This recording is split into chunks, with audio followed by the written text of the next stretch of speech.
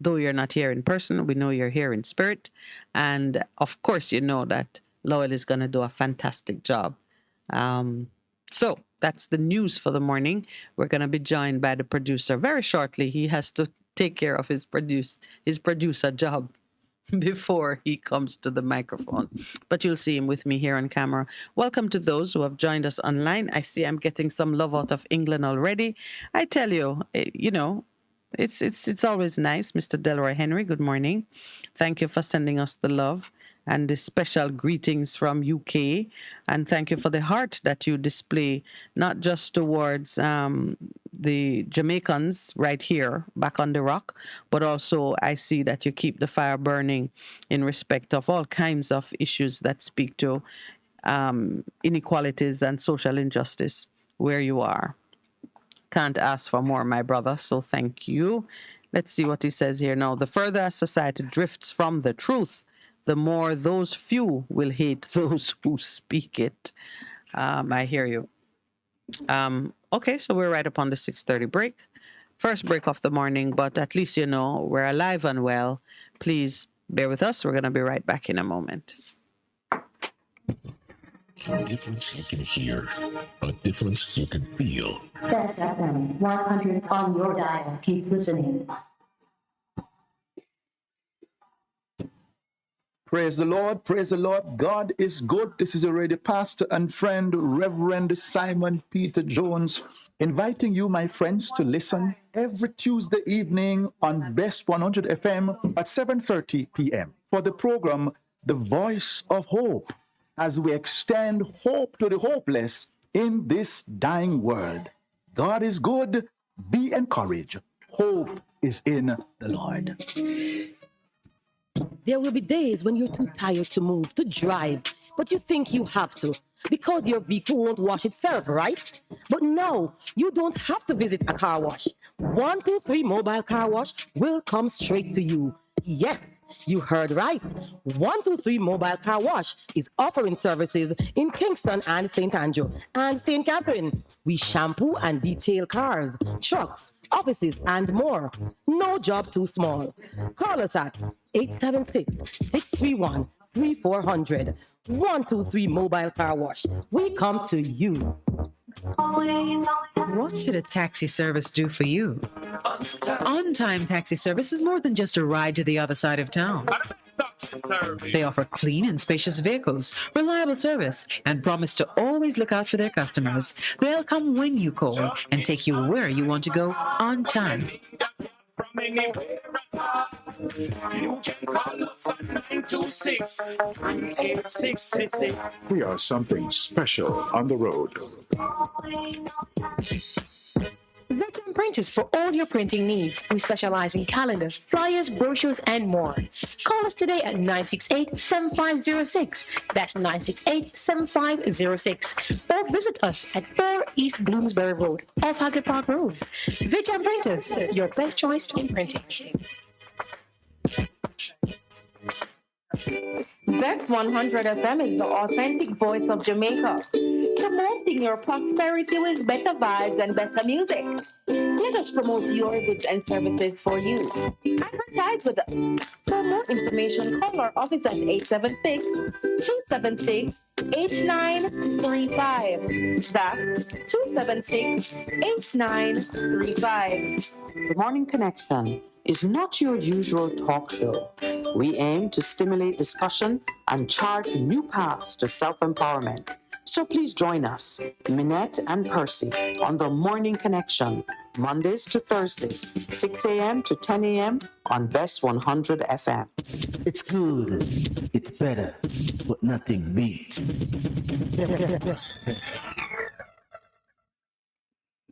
Good morning and welcome back. Mr. Lawrence, welcome, welcome.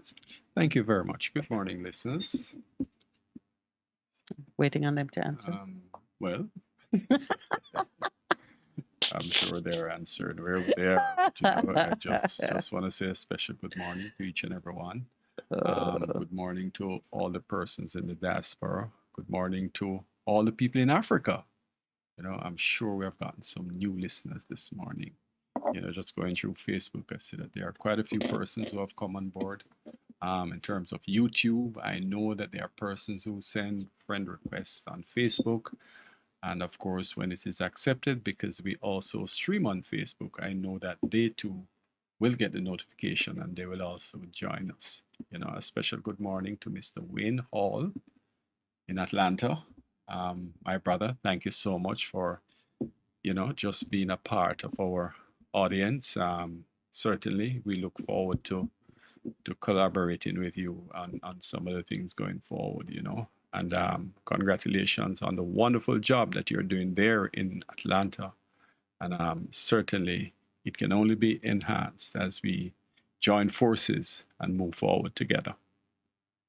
I think it's really interesting what you're talking about now in terms of the listenership expanding and the way in which it is growing. I see you on Facebook. I know that I am not the best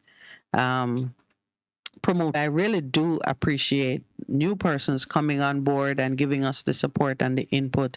One of the things that we seldom consider, we talk a lot about cultural appropriation in respect of those persons outside of Jamaica falling in love with things Jamaican and making it their own. But I don't think we give enough consideration to the Jamaicans who are out there sharing the word and building up a certain level of goodwill for Jamaica in hearts and minds of people outside of Jamaica. You mentioned Africa, and you mentioned the Wayne Hall show. Mr. Hall himself being a Jamaican living in Atlanta, Georgia, and has been there for a few decades. And the extent to which really the cultural exchange is a true exchange. We impact others and they impact us. And in the overall, I think it is certainly the plan of our Creator that mankind in general, humanity, benefits from this exchange. So, you know, I'm really interested in promoting and supporting any aspect of our work that brings about that exchange, where in the end, humanity as a whole benefits.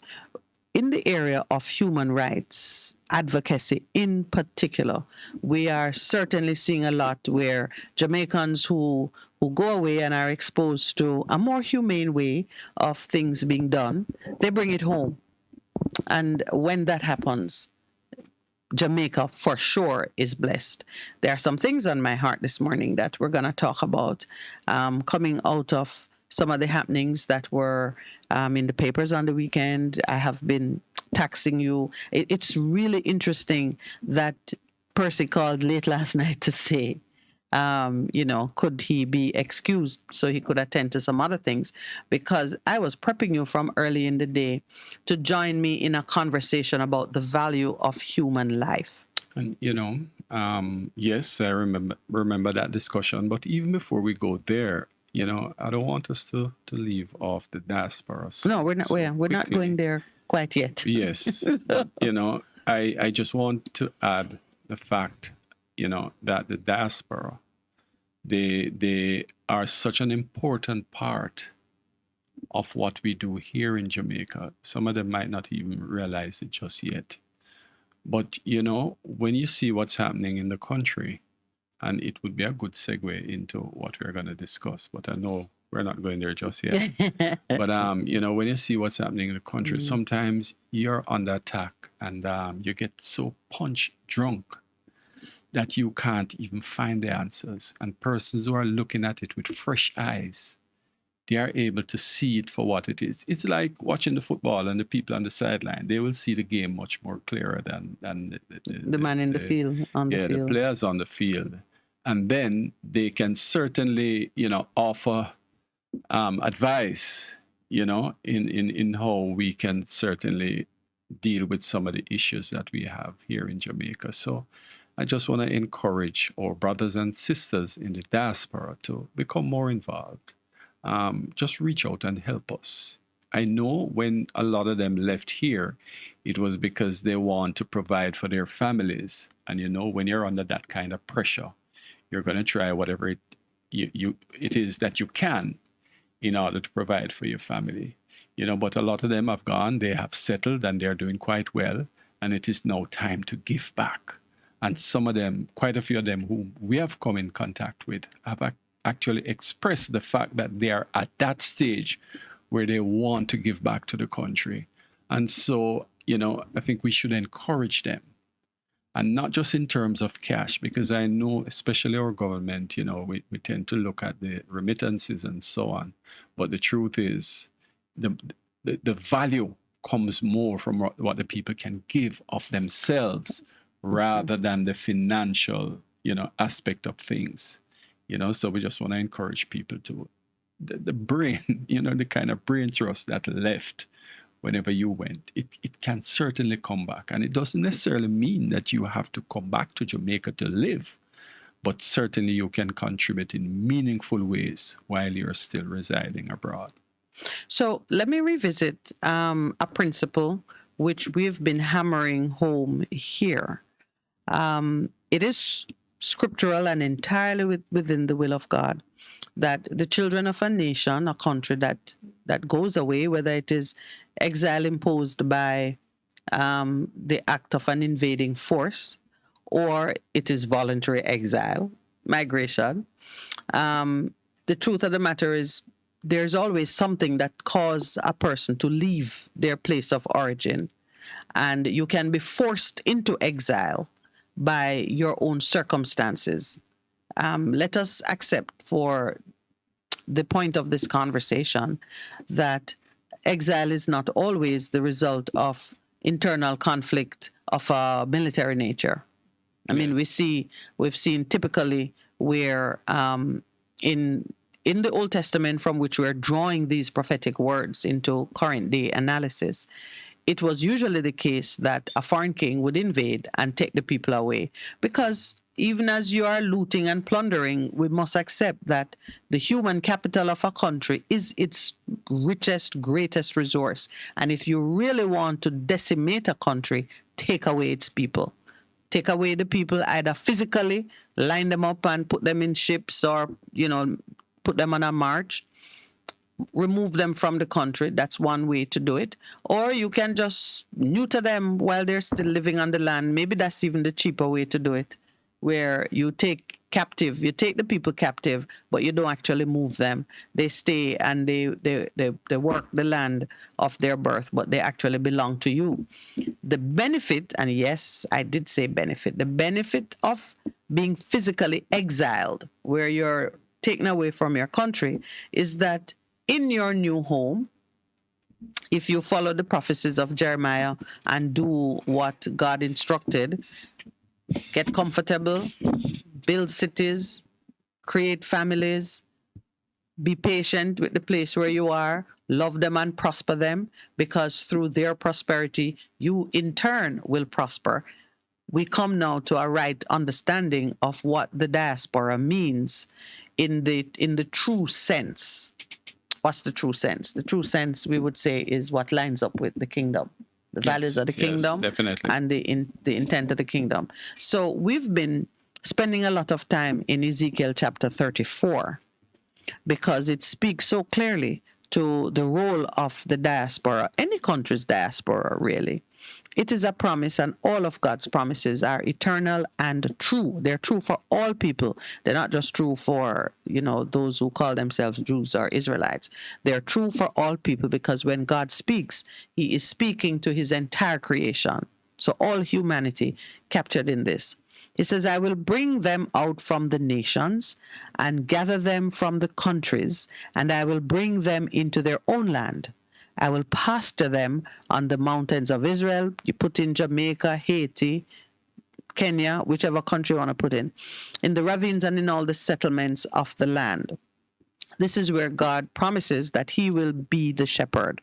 And we see later on in the New Testament that Christ came and declared himself to be the good shepherd. So fulfillment taking place. I myself will tend my sheep, says the sovereign Lord. The part that affects the diaspora, of course, we're in Ezekiel chapter 34, is, let's get down to where he makes it clear that those who return, he will give them an undivided heart, and they are the ones who will take responsibility for ridding the land of certain detestable practices and of bringing the heart of those who remain behind, bringing us back to our Father and to the will of our Father. That is the promise. That is the promise. Yeah. So when it comes to the diaspora, you're so right. They have a role to play, and we are counting on you to play that role. Money, I've discovered it even in my own lifetime. I have discovered that money is the lowest gift that you can give. If you had to put, well, it's a means to an end in a hierarchy. When you give money, money has less value than your time, than your emotion. That's why the idea of quality time is such a big thing. That when you can reserve some of yourself. But the truth is, money only gets its value whenever you're able to exchange it for goods or services or anything else that is of value. So it is a thing that you're going to exchange it for that gives it its value. In and of itself, it's useless. All right. So you were commenting on the way we focus. This is now from a government perspective, how we focus on the remittance contribution. And you made the very important point that what we want from the diaspora is the value of their time and their knowledge. Yes, and experience. I mean, a lot of them, they have gone to other countries. They have learned so much more. I mean, more developed countries, their systems are way, way ahead of ours. And people have gone there and they've gotten experience. And it is experience that we certainly can learn from. And a lot of them have, sought to give back to the country by way of whether it is the various organizations that they will build and send things for hospitals and schools and so on and so forth. So you see, those are real things that we certainly need in this country, and that people have the heart to want to give to us. And unfortunately, we make it difficult for them to do so. When you hear of the horrors that they face at the ports of entry and so on, you really wonder, if that's why sometimes you hear the Prime Minister himself will say, boy, I wonder if the people are working with the criminals. But you see, when you see certain things happening, it is so obvious. The thing to do is so obvious, and it is not being done. Then you can't help but wonder if there is some other agenda at play. But oftentimes we know, especially when it comes to some of these governmental organizations, it's not that they have any ulterior motive. It's just that people really just don't take the time to care as much as they should.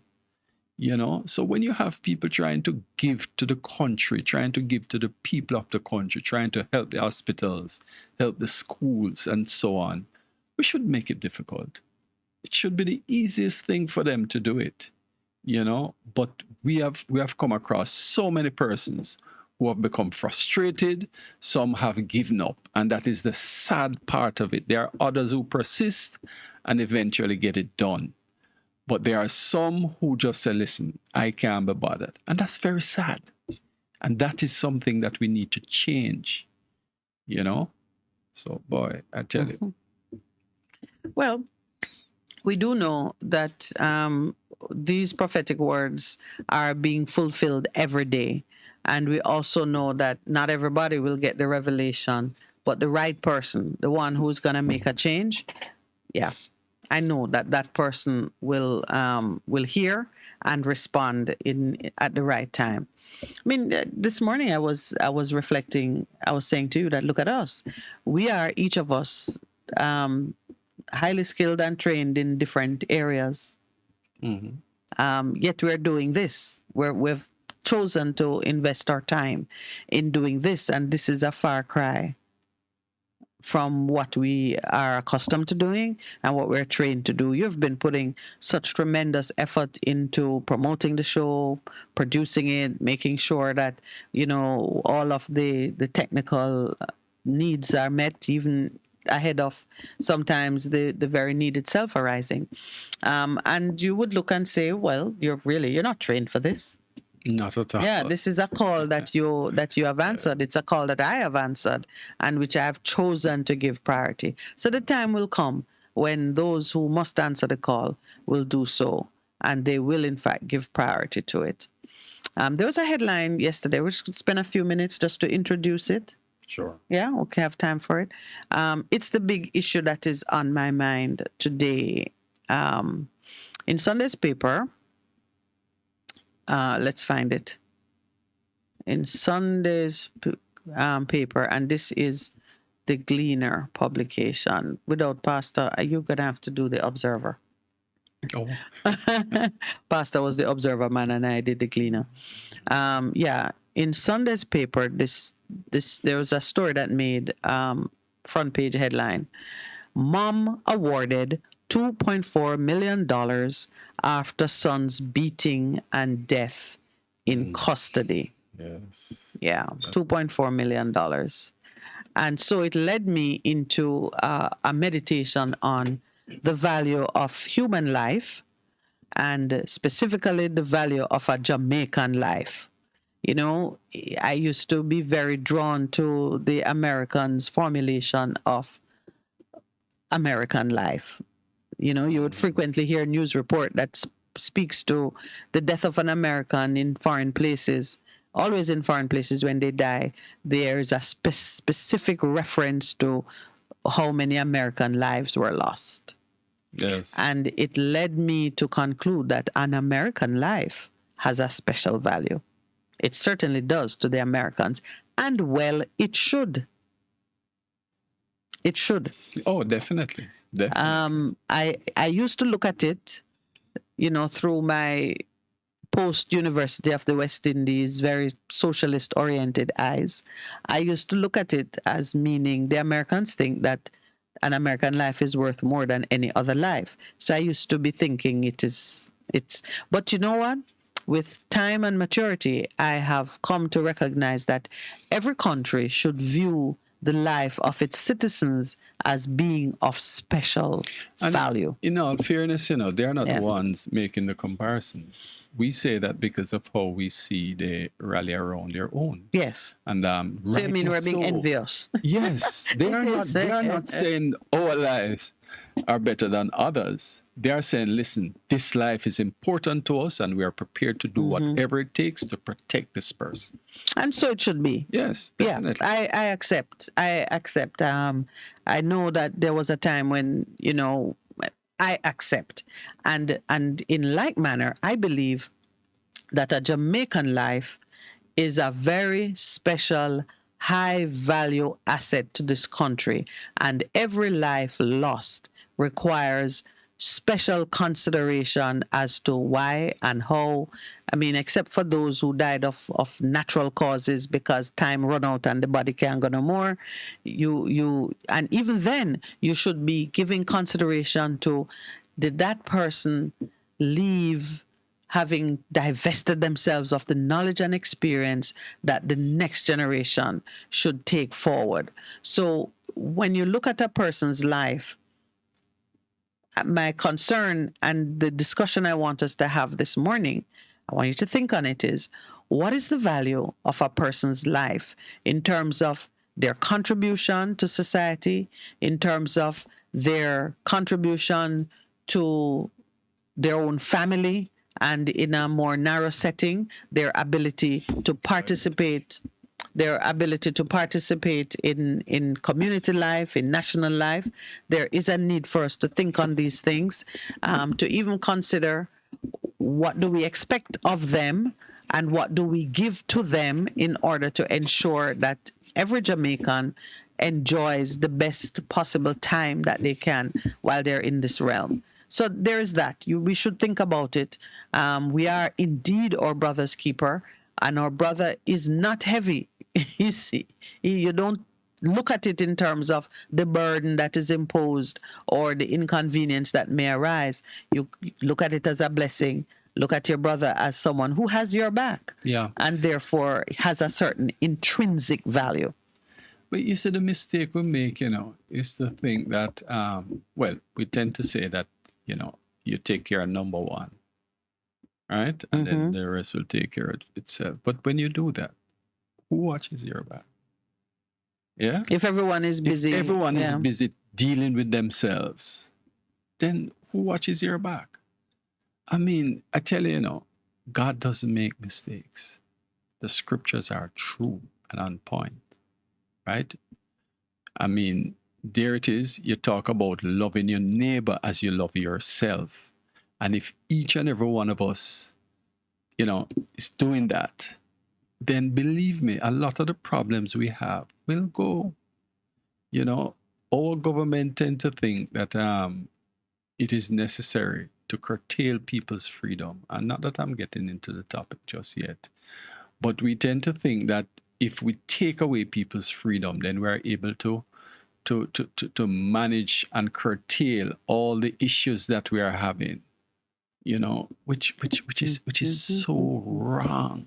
It is and when you say government, I want to emphasize, not speaking to this particular administration. No. It's the government over time, from the first political independent government right up to today. They have chosen, they typically use the heaviest stick to address problems, because we do have a history of responding or believing that the best human response is going to come from force and coercion. But let me just line up the facts of what we're going to talk about before the break. I see that some persons are having some challenges with sound. I don't know if it's still happening. Lloyd is here.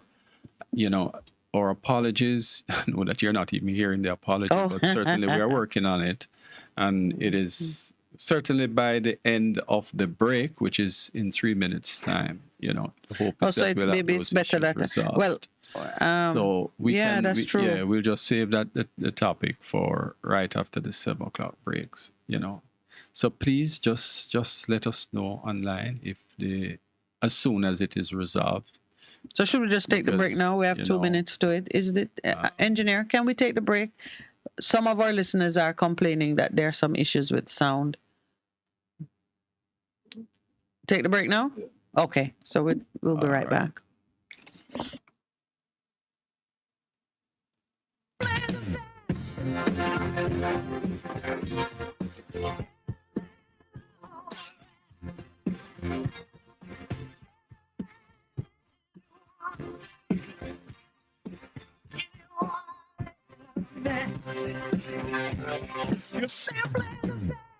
Best FM 100 on your dial. Keep listening.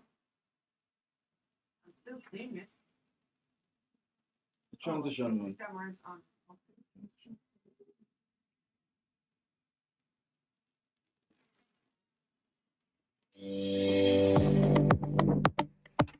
The Jamaica Council for Persons with Disabilities, the JCPD, will join the rest of the world in observing Disabilities Awareness Week from December 3 to 9, with a week of activities to be staged under the theme Embracing the Disabilities Act Towards Inclusion.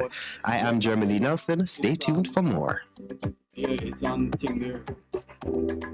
Disabilities Awareness Week began on International Day for Persons with Disabilities, observed annually on December 3. The day was declared as a resolution in the United Nations General Assembly in 1992. Jamaica adopted the observance in 1996. Jamaica decided this year to choose its own theme because of the effective date of the Disabilities Act, and so the sector thought that the theme, a local theme, would be more fitting for us. So our theme this year is Embracing the Disabilities Act Towards Inclusion. Executive Director of the JCPD, Dr. Christine Hendricks. Celebrations for the week began with a church service on Sunday, December 4 at the William Knibb Baptist Church in Falmouth, Trelawney, and will continue with several events throughout the week. Monday saw the staging of an informative and edutainment expo at the Falmouth Square in Trelawney from 10 a.m. to 4 p.m. Representatives from several government agencies brought their services to members of the public and engaged with members of the disabled community.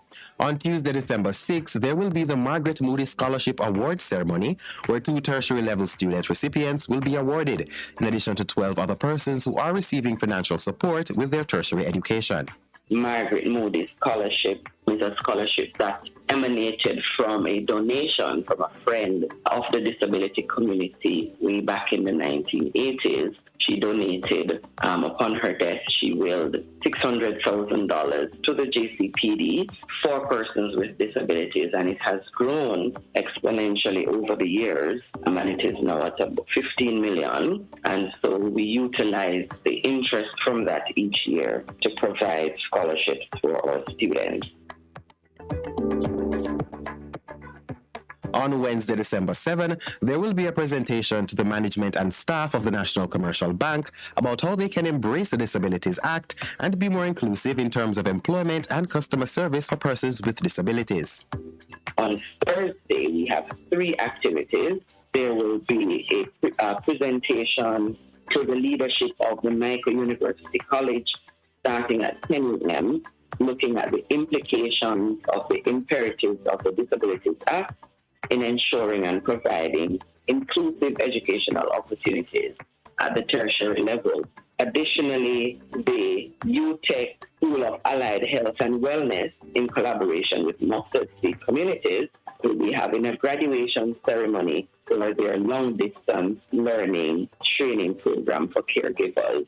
Also on Thursday, December 8, the Ministry of Education's Special Education Unit will host a virtual forum looking at the implications of the Disabilities Act in the education system beginning at 2:45 p.m. The event will be streamed live on the JCPD's social media platforms. The week of activities will culminate on Friday, December 9, with a Founders Day activity hosted by the Early Stimulation Program, the ESP, which benefits children 0 to 6 years with developmental challenges. So we have a full slate of activities for the week, and we look forward to the public sharing with us, celebrating with us, and understanding, being more aware of the value, the work, and the worth of persons with disabilities, their contribution to nation building, and to be more sensitive about what the Disabilities Act requires, where the Jamaica Council for Persons with Disabilities is as the statutory body now with the responsibility to ensure the implementation of this act and to ensure that the rights of persons with disabilities are upheld. Executive Director of the Jamaica Council for Persons with Disabilities, Dr. Christine Hendricks. And that's it for this feature. For more information on events in observance of Disabilities Awareness Week, contact the Jamaica Council for Persons with Disabilities by calling 876-968-8373 or visit jcpdja.com. You can also check out their social media pages.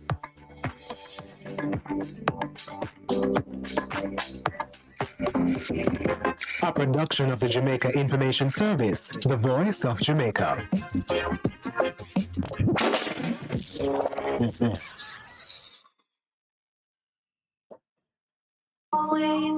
What should a taxi service do for you?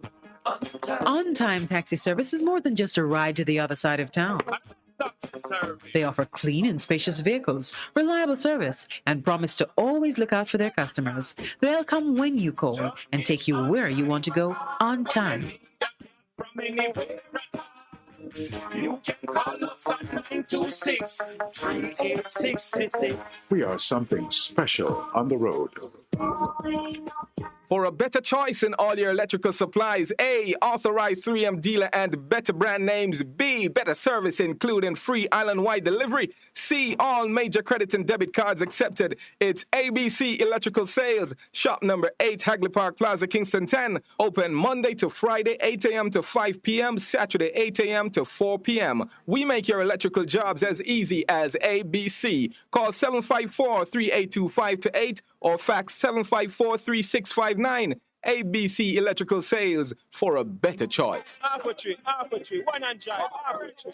Bossy, how you do I take taxi start? Chano, I want to tell you, say, a 2 months now, my transmission mash up, and me check everybody and can't hear nothing positive. Yeah, hear me? Yeah, waste all that time I shop around and never call the experts. Winters Auto have them. Them have over 35 years of experience and them diagnose your problem and get back your transmission brand new. For them service excellent and efficient. Trust me, man. Yeah, hear me? Call them at 929-7040 or go to them at 106 Maxfield Avenue, Kingston 13 and talk directly to the boss. Just tell them I'm me send you. You big star. Yeah, man, respect my boss. Try and call him, cause trust me. Ah, what a relief. Veteran Printers for all your printing needs. We specialize in calendars, flyers, brochures, and more.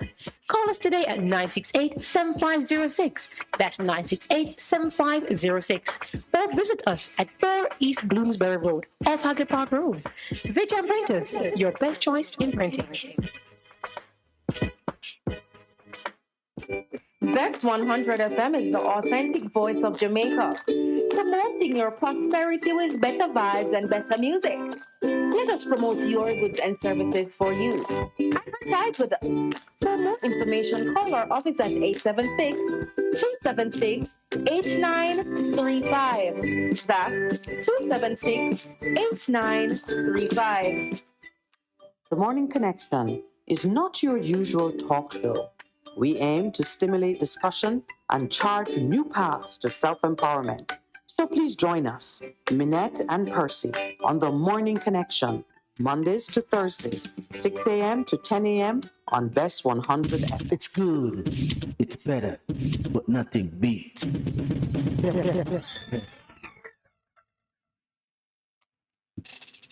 Good morning and welcome back. And thank you to the many listeners who reached out to us online to say we had some sound issues. Thank you very much for your diligence. And please let us know when it is resolved. You usually do anyway, but I think you need to know that we thank you. Yeah, it seemed to have been resolved on our side. You can just let us know. Give us the feedback. What the experience is. Yes, please. Thank you. All right, I'm going to take us into some difficult waters this morning. Brace yourselves, because of a story that headlined the Sunday Gleaner. The Supreme Court has awarded Muriel Frazier just over $2.4 million for the death of her son, Imran Ferguson, who died as a result of injuries he received from being badly beaten in police custody in 2010. Frazier had sought $20 million as redress for constitutional breaches and vindicatory damages, but was only awarded $2.4 million in damages, in addition to special damages of $60,000, which she had borrowed to assist with funeral expenses. The Ministry of Justice had contributed $120,000 toward the funeral. The mother of the 21-year-old farmer and construction worker, so please take note, he was accorded some kind of profession. He was employed. He had some level of skill. 21 years old, a farmer and construction worker. She filed her claim against the government in 2012. 10 years. It took her to get a decision, and what a decision. $2.4 million that if she had got that in 2012, it would have been worth more to her. So what was the allegation against him? Coming to it. Okay. And the judge, well, it's reported in the paper, Tanya Mott Tolo Reed, made the award for damages after hearing submissions and reviewing evidence. So this is one of those cases that we would say liability was not in dispute. And why not? Here are the facts of the case. According to reports, on January 10, 2010, Ferguson, who lived in Green Acres, St. Catherine, was taken into police custody for damaging the windshield of a motor vehicle that was being driven by a female. He was arrested and charged with malicious destruction of property and placed in the holding area in full view of police officers on duty at the Spanish Town Police Station lockup pending bail. 6 days later, Ferguson was found unresponsive on the floor of the cell and was taken to the Spanish Town Hospital. He was later transported to KPH, where he died 3 days later. Frazier said she did not know that her son was either jailed or hospitalized. She said someone who worked at a funeral home and knew her son told her that his body had turned up there tagged with a different name. The postmortem and medical reports revealed that Ferguson suffered a fractured skull and multiple blunt force impact to the extremities, head, and other parts of the body. So his hands, his fingers, let's just be clear, his fingers, his feet, and his head and other parts of his body showed signs of multiple blunt force impact, meaning he was struck with an object that was not sharp, blunt, a baton, maybe even a hammer, something with a flat side to it. Yeah.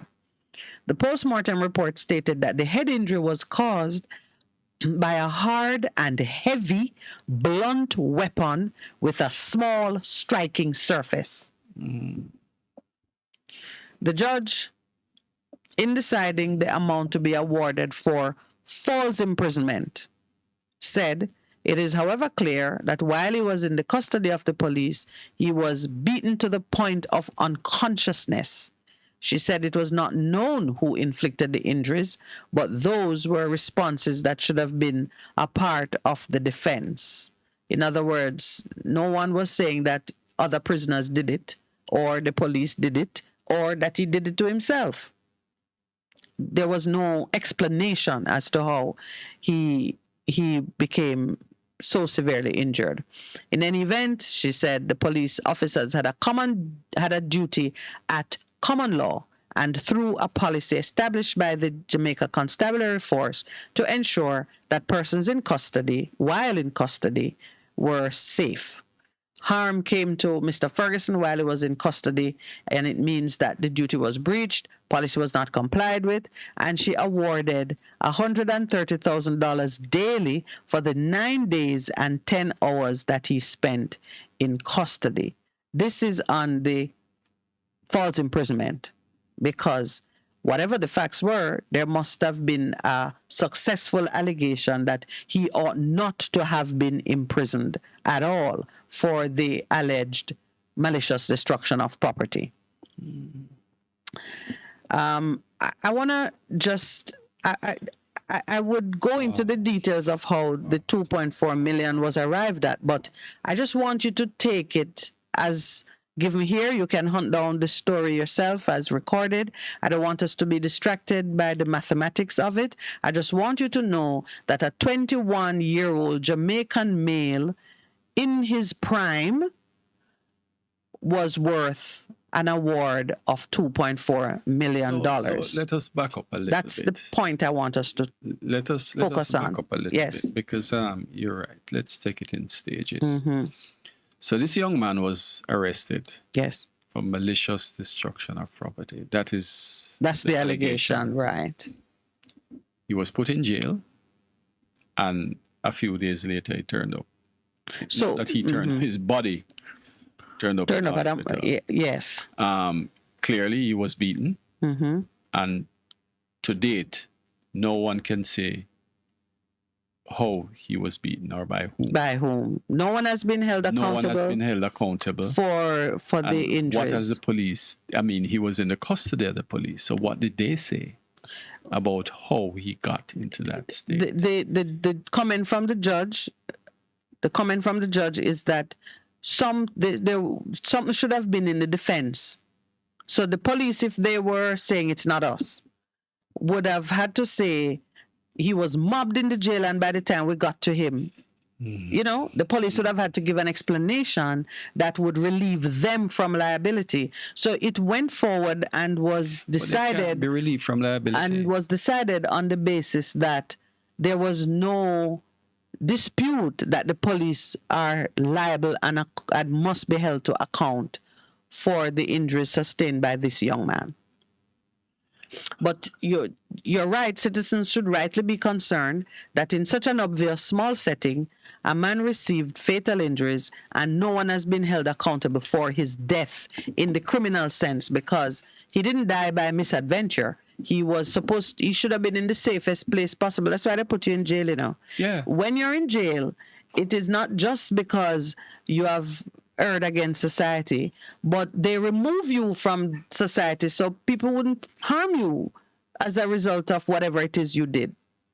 It's one of the considerations for bail, that sometimes the safest place for the offender or for the alleged offender is in jail. So you're supposed to be, when you're in jail, you're supposed to be safe because eyes are on you and you're not out there where people can take advantage of you because you committed some atrocious crime. So he's supposed to be in safe custody.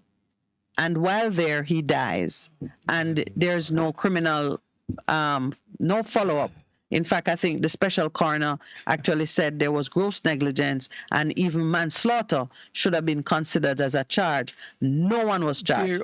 There cannot be any explanation for this young man being in the custody of the police, beaten and died.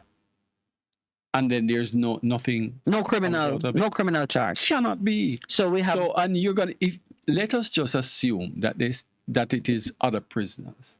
You're gonna say to me that the place is unsupervised, so therefore other prisoners could get a hand on him and beat him to death. And not just that, but have within the confines of the jail the kind of instrument that caused those injuries. Yes.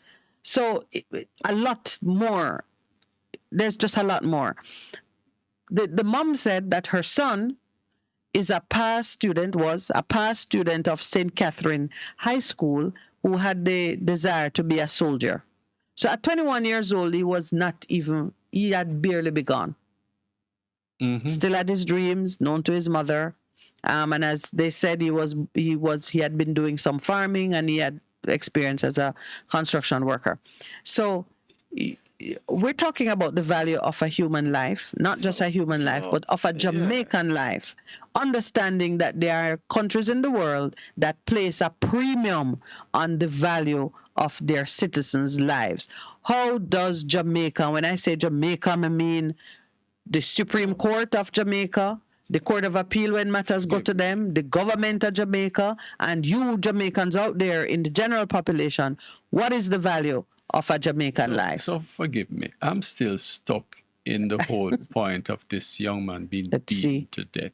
So is there a continuing investigation in this matter? I don't know. The paper doesn't say it, and it's one of the things that would be worthwhile. Somebody who is aware of it, please let us know. It's one of the things that would be worthwhile pursuing, but if I were Mrs. Ferguson, if I were the mother, Muriel Fraser, I would be so disheartened to be told that my son, dead, is only worth in the eyes of the justice system $2.4 million. $2.4 million is what she got. So where I want to take the conversation, as I read it, and I read some of the comments of the judge, which I'd have to get the. She came down hard on the police in words. I find the police officers disregarded Mr. Ferguson's rights and their behavior was flagrant. The police officers were not as careful as they should have been in carrying out their duties. Their failure to realize that Mr. Ferguson had been injured and needed medical assistance in a timely manner affected the circumstances which led to Mr. Ferguson's death, the judge added. The judge was in no doubt. She made it clear that she regarded the policemen as being responsible and that their behavior, she used the word flagrant. So here you have a judge. When you hear those words now, you must be thinking, okay, so the judge realized that something terrible was done, and the judge is now going to make an award that is going to show just how terrible these people behaved.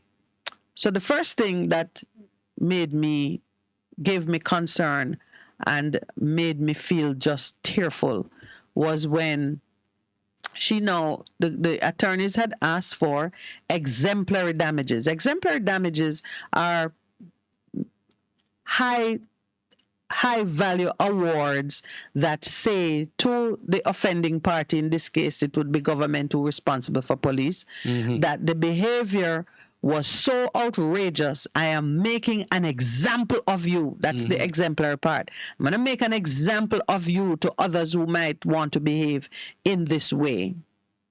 She emphasized that the amount being awarded should be sufficient to punish the defendant and set an example for others.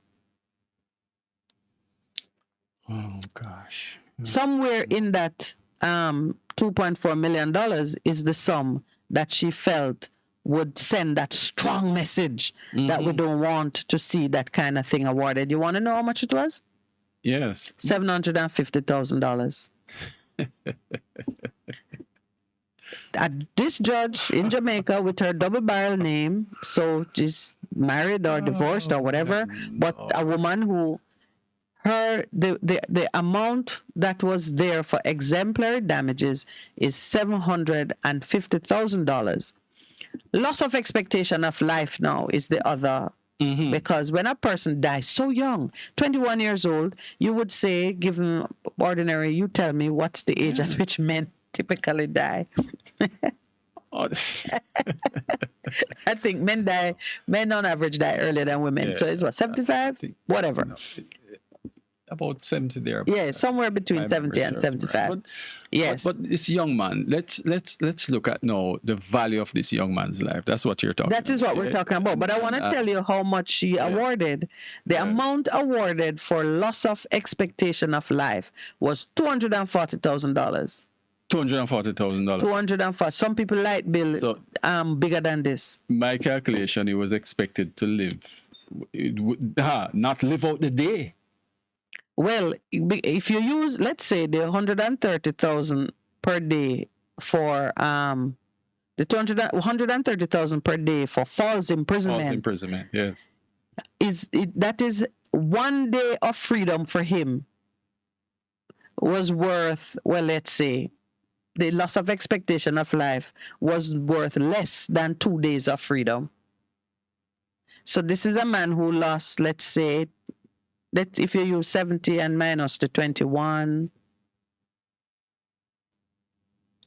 59 years. So let's say he lost about 60 years of his life. He could have lived for about 60 years more. The truth is... And he got an award of $240,000 for the loss of expectation. From a financial standpoint, they don't try to see when you will die or estimate when you will die, but they look at your financial life in terms of how long you would work for. No, that would be loss of earnings. Yeah, no, but I'm just saying, all of these calculations is based on that. No. So I'm going to talk a little bit about it, and you're going to see, I'm going to put it in context. I just want to give you a sense. This young man who lost about 60 years of his life, the $240,000 for loss of expectation of life comes out to $4,000 per day. Per day? Per day. Per day. No, man, but what is the expectation of his life? I calculated at 70 years. So I just rounded up to, and he was 21. And he was awarded. He was awarded for the loss of these years that he would have lived. The award was $240,000. In total? Not a day, but in... No, in total. In total. So I was the one trying to break it down. I was the one trying to break it down. So you divided 240 by 70. Yeah, but it's not even per year. It's per year, yeah. Yes. Right. To find out how much per year. Yeah. And this is we can do the math. It's Jamaican dollars. How much he got? $240,000 divided by the 70. But he didn't lose 70. He had already lived 21 years. Yeah, well, all right, whatever the difference is. So let's divide it by 50. $4,800 per year. Oh, yes. All right. We're talking about the loss of a Jamaican life, and we're talking about a young man, only 21 years of age, dead in police custody from being beaten into a state of unconsciousness from which he never recovered. and his mother got the princely sum of $2.4 million from the Jamaican High Court under circumstances where there was no doubt that the police were at fault in this young man's death. And the judge, I'm going to explain a little bit about how personal injuries cases are treated in Jamaica. The judge applying the cases and applying the traditional metrics for valuing this loss of life was constrained in her award to give $750,000 against the government as an example to show that this should not happen again. $750,000 is what should cause our government to ensure that police officers in the discharge of their duty take better care of prisoners. Can I tell you, I was in a case recently where the government who were awarded costs asked for $16 million cost to cover the lawyers who showed up in court and did a far from exemplary job. They asked for $16 million. And the same court that would one day look at that and say, yeah, that's reasonable, when they come to look at what they should award to a citizen in the instance of the loss of a human being, their child, the lady's son, $750,000 is what the judge felt would say to the government, don't do this again. And then for a young man whose life was cut short by at least 50 years, $240,000. Right. That's the background. The lawyers have indicated that they are going to appeal because they were seeking $20 million. Even $20 million is way too low, as I will show you when we begin to talk about how elsewhere in the world human life is valued. When I read it and I realized that this notion that a person could die and it hardly matters, you couldn't even buy a new car with $2.4 million. She couldn't even, if he left a child behind, that $2.4 million could do very little for his child if he left a child behind. I don't think that was mentioned. I said, what are we worth in Jamaica? What is the worth of a Jamaican life? Because murders are, commonplace, and we see a great deal of upset and concern about the level of violence in the society. But it's not about the value of the people who have died. I realize that now. It's only about those who are here wanting to make sure that they can stay longer. We have no concept of what the loss of those human lives represent to the country, because we undervalue our citizens. We place no real value on their lives. So I said, would he be worth more if he were a slave? That's the question that I asked. Would he be worth more as a slave? So I went and I did some research what the modern day value of a slave would be, of approximate age, 21-year-old black African male. I went, of course, Jamaican. I could have found it if I knew, if I had to hand the amount of money paid to the plantation owners for their slaves, I could do a calculation, and maybe that's an exercise yet to be done. But I said, let me just go and research what it would be. And sure enough, someone in America had been running those numbers. The value of a slave in 2020's money, today's money, from 1850 or thereabout, anything from 14,000 US dollars to 240,000 US dollars. And it is a very, you can go and do similar research and you'll see, it is a very sort of mathematically correct exercise of just the way you would value any economic good. You take the slave, you look at his age, you look at his general health and well-being, and you make a calculation of what his economic output would be, Yes. And for a prime slave, and I would say this young man with high school education, 21 years old, capable of farming and construction work, so he's strong of body and able. Yeah, you know. I would have put him at the highest value of $240,000 US, which when you convert it would be in the region of 36 million Jamaican dollars. All right, let's pick it up after the break. I mean, we're at a time for the break. Just think on it. Because just what I'm leaving you with is to consider the value of a slave based on the economic output of a slave versus the value of a free man, a man who is free to do as he please and to exceed by any calculation the output of forced labor. Yes.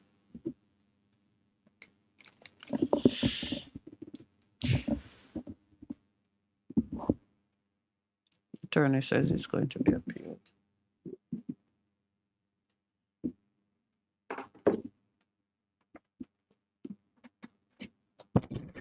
A difference you can hear, a difference you can feel. That's FM 100 on your dial. Keep listening. It's the season of giving, and the SOS Children's Village is proudly celebrating 50 years in Jamaica. Yes, that's 50 strong years of relentless support to our nation's children. Do you have a heart to care for the less fortunate? Help us to continue to provide a safe home for the children. Donate to a worthy cause. Donate to our website at www.sos-jamaica.org or call us at 979-5850. That's 979-5850. For a better choice in all your electrical supplies, A, authorized 3M dealer and better brand names. B, better service including free island-wide delivery. C, all major credit and debit cards accepted. It's ABC Electrical Sales. Shop number 8, Hagley Park Plaza, Kingston 10. Open Monday to Friday, 8 a.m. to 5 p.m., Saturday, 8 a.m. to 4 p.m. We make your electrical jobs as easy as ABC. Call 754-382-528 or fax 754-3659. ABC Electrical Sales, for a better choice. Half a tree, 100. Bossy, how do I take taxi start? Chano, I want to tell you, say, 2 months now, my transmission mash up, and me check everybody and can't hear nothing positive. Yeah, hear me? Yeah, waste all that time I shop around and never call the experts. Winters Auto have them. Them have over 35 years of experience and them diagnose the problem and get back your transmission brand new. For them service excellent and efficient. Trust me, man. Yeah, hear me? Call them at 929-7040 or go to them at 106 Maxfield Avenue, Kingston 13 and talk directly to the boss. Just tell them I'm me, send you. Wow, you big star. Yeah, man, respect my boss. Try and call him, because trust me.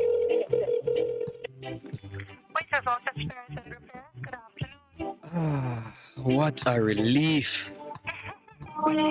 What should a taxi service do for you? On-time taxi service is more than just a ride to the other side of town. They offer clean and spacious vehicles, reliable service, and promise to always look out for their customers. They'll come when you call and take you where you want to go on time. From anywhere at all, you can call us at 926-38666. We are something special on the road. Veteran Printers for all your printing needs. We specialize in calendars, flyers, brochures, and more. Call us today at 968-7506. That's 968-7506. Or visit us at 4 East Bloomsbury Road, off Hagley Park Road. Veteran Printers, your best choice in printing. The Morning Connection is not your usual talk show. We aim to stimulate discussion and chart new paths to self-empowerment. So please join us, Minette and Percy, on The Morning Connection, Mondays to Thursdays, 6 a.m. to 10 a.m. on Best 100 FM. It's good, it's better, but nothing beats.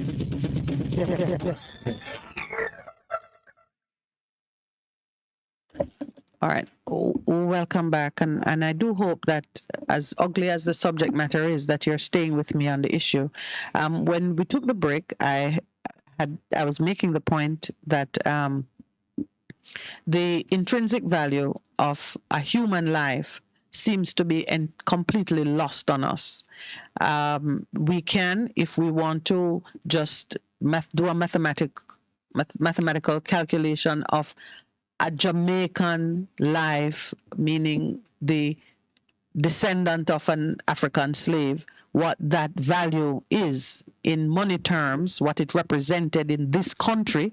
You can always take the amount of money given to the slave owners in compensation for their lost economic activity and figure it out. There were over 300,000 slaves, 300 slaves, whatever. There's a number, we know it. You could actually work it out.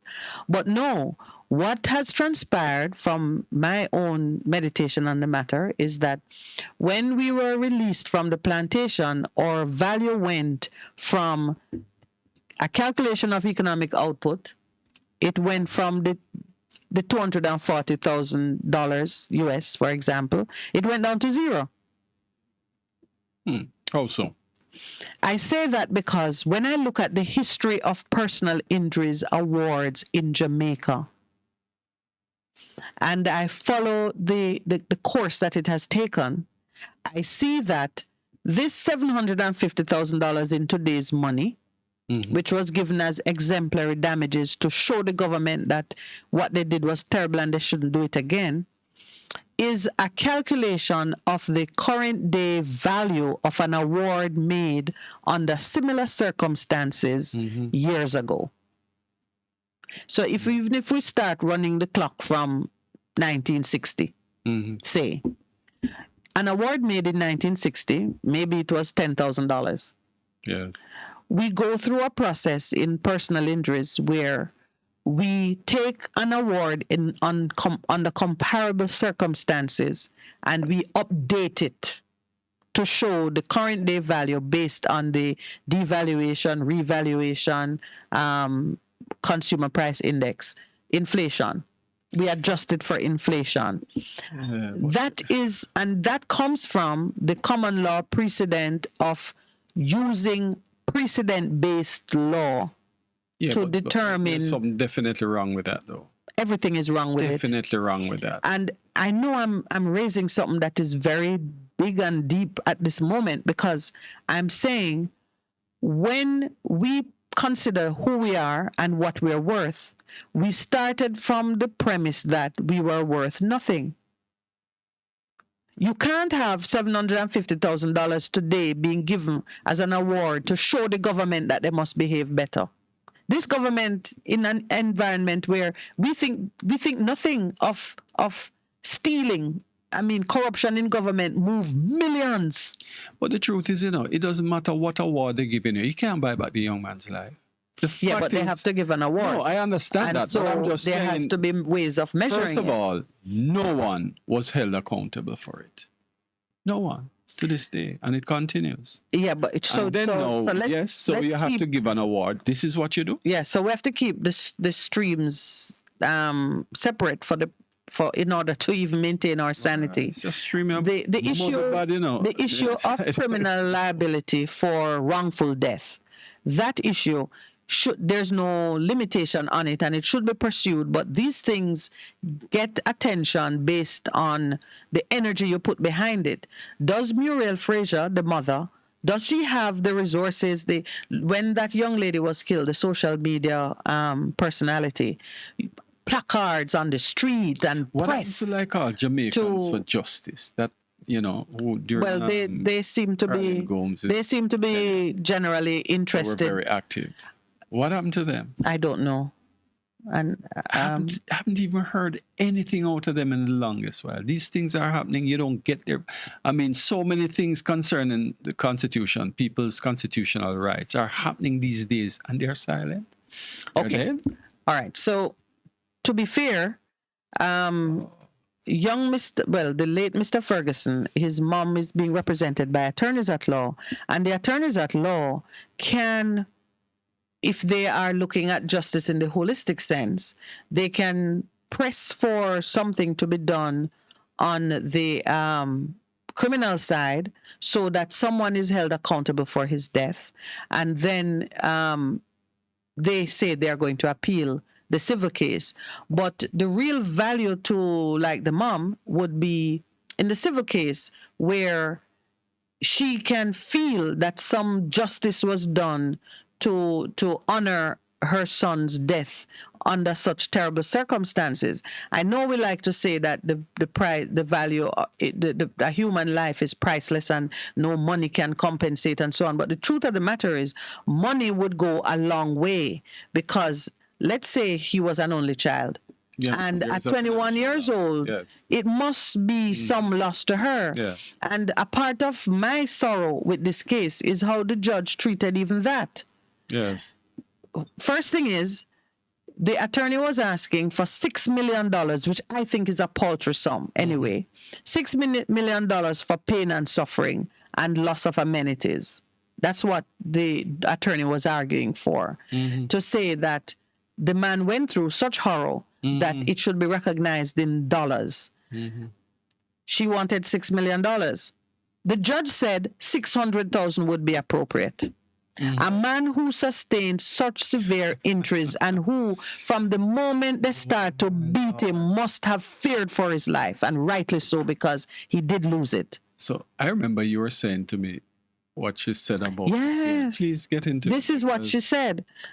She said 600,000 would be appropriate for the loss he experienced as a result of the assault and battery. The judge found that because Ferguson was unconscious, his pain and suffering would not be as significant as that of a conscious person with similar injuries. Now, this man is beaten to death. For a judge to determine that the blow which rendered him unconscious was the first blow, you now have no evidence on what happened to him and how it happened. Yet you are making a decision to deprive the person's estate of money on the basis that you think that he was unconscious for most of the time. And because he's unconscious, you give $600,000. It was well within the judge's discretion to award the highest possible sum and to make an assumption that the blow which rendered him unconscious was the last blow that he received. She could have done so because even in the cut and thrust of a fight, you don't know when he became unconscious. There are many cases of false imprisonment. There are many cases $600,000 themselves in custody, right? And they should not have been there, and they have been abused, and bad things have happened to them. So if we want to sit down there and think that it can't happen to us, we make a sad mistake. Yeah. So $600,000 is a huge leap from $6 million. And this is a judge who is saying the defense didn't show anything about how the man became injured in such a way. That's what she said. Yes. And she took the lowest, $600,000. All right. The other thing which gave me great concern was how she treated with the loss of income, meaning since his life was cut short, his earning life was also cut short. One life. Yes.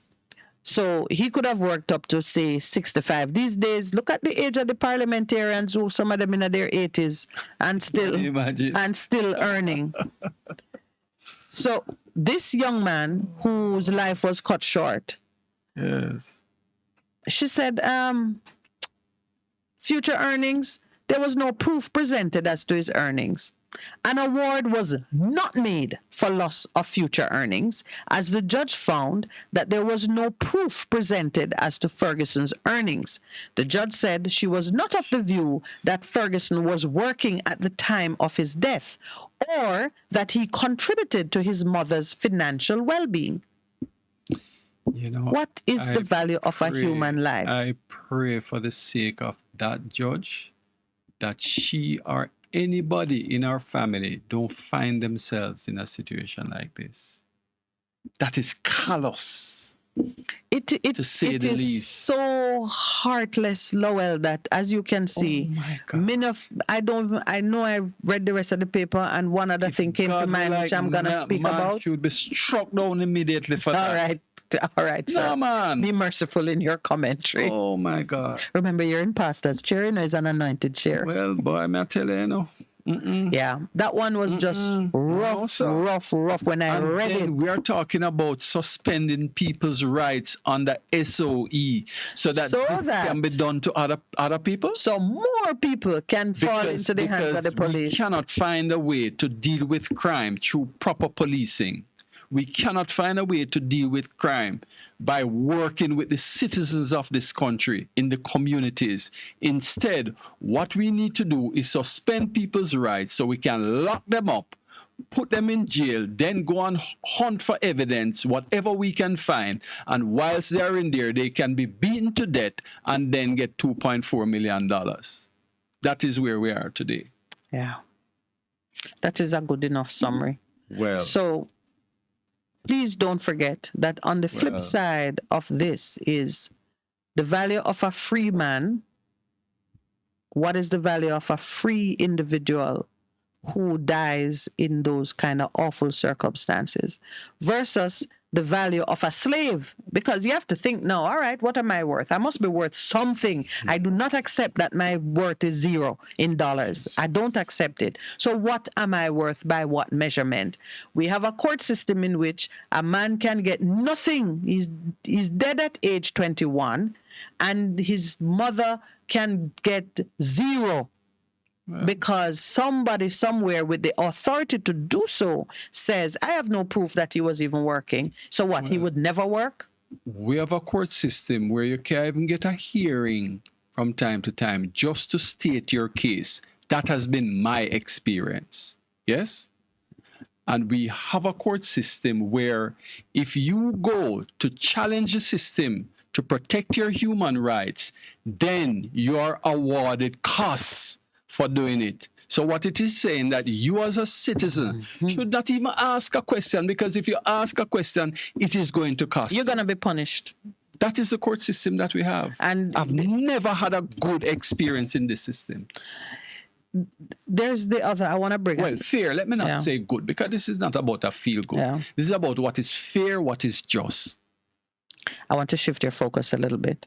There is a saying, I've known it for a long time, that it is better to maim than to kill.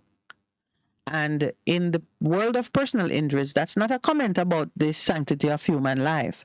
It is because if someone dies and damages are being awarded for the loss of that person's life, it falls in a 2.4 kind of measurement.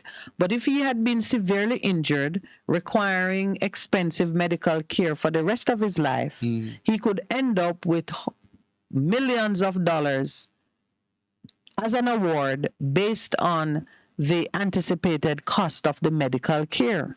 And always, no matter how big the award sounds, in reality, it is never enough. Persons are rendered paraplegic, fully paralyzed, bedridden, needing nursing care and expensive treatments for the rest of their life. And they get, even if they get $100 million today, there's no guarantee that 10 years later, that money, the value of that money, is sufficient to care for their needs. But on the face of it, they get more money because one component of calculating damages in personal injuries case is to treat as accepted and reasonable the projected cost of medical care. The low value parts of the award are for things like loss of expectation of life. And if the person was a laborer or whatever your occupation at the time of death, a calculation of the financial loss is based on that occupation. Yeah, so human life value. Yeah. So when I was looking at this, my niece said to me, you should talk about Mbappe. Young Kylian Mbappe, who is the highest paid 23 professional footballer at 23 years of age. He is earning $83 million a year, having just signed a contract in the summer for $250 million with his football club. 23 years old. If this young man had died in police custody at age 15, because we can't say 18, because at 18 he was already on the international stage as a footballer. Yeah. Yeah. His World Cup year was what, 19? Yeah. So if he had died, let's say he had been taken up by the police at age 15 in Europe and died, would anyone have conceived that his real value by age 23 Not at all. would have been, I think now they have it at 490 million or whatever it is, but he's earning $83 million a year. The point I'm making is that we as a people must give conscious recognition to the intrinsic value of our people. And I'm not saying when you go to court, you can just begin to spin stories about where you think your child is going, and he's going to be the next Bill Gates, or and his death has cost the world. I'm not saying we become fanciful and outrageous. In fact, I'm not even saying what you need to do right now. I am just asking all of us listening to give some thought to the value of our people. What are they worth? And not just what they're worth as you look at them today in whatever condition they sit, but thinking creatively, thinking of the future, thinking that the policies we are implementing today will bear fruit and will convert the disaffected youth from being violence producers into whatever dream you think you can nurture and foster in their hearts, recognizing that even as a slave, there is a value that is ascribed to human life, which may well be the lowest value because this is forced labor.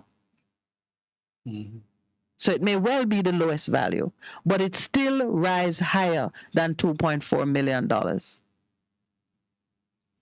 240,000 US dollars in Jamaican money is 30 odd million and rising. Yes. And that was the value of a slave then. That was the value of a slave in the 1850s. If you and we're not to be valued as slaves, but it is a disgraceful notion, disgraceful, painful to consider that if we were valued as slaves in Jamaica, we'd be worth more. Yes. All right. I'm pretty sure we're going to find happier topics. Yes, well. At the end of the day. But this is very important, and people need to take note. People need to not just look at the particular incident, but look at what it means for other things that are being contemplated in this country. We need to step up. We need to understand that fighting crime is not just the government's responsibility. It is our responsibility. The government is us. We have to get involved. So now, I'm not going to leave it without making a specific suggestion on what we need to do.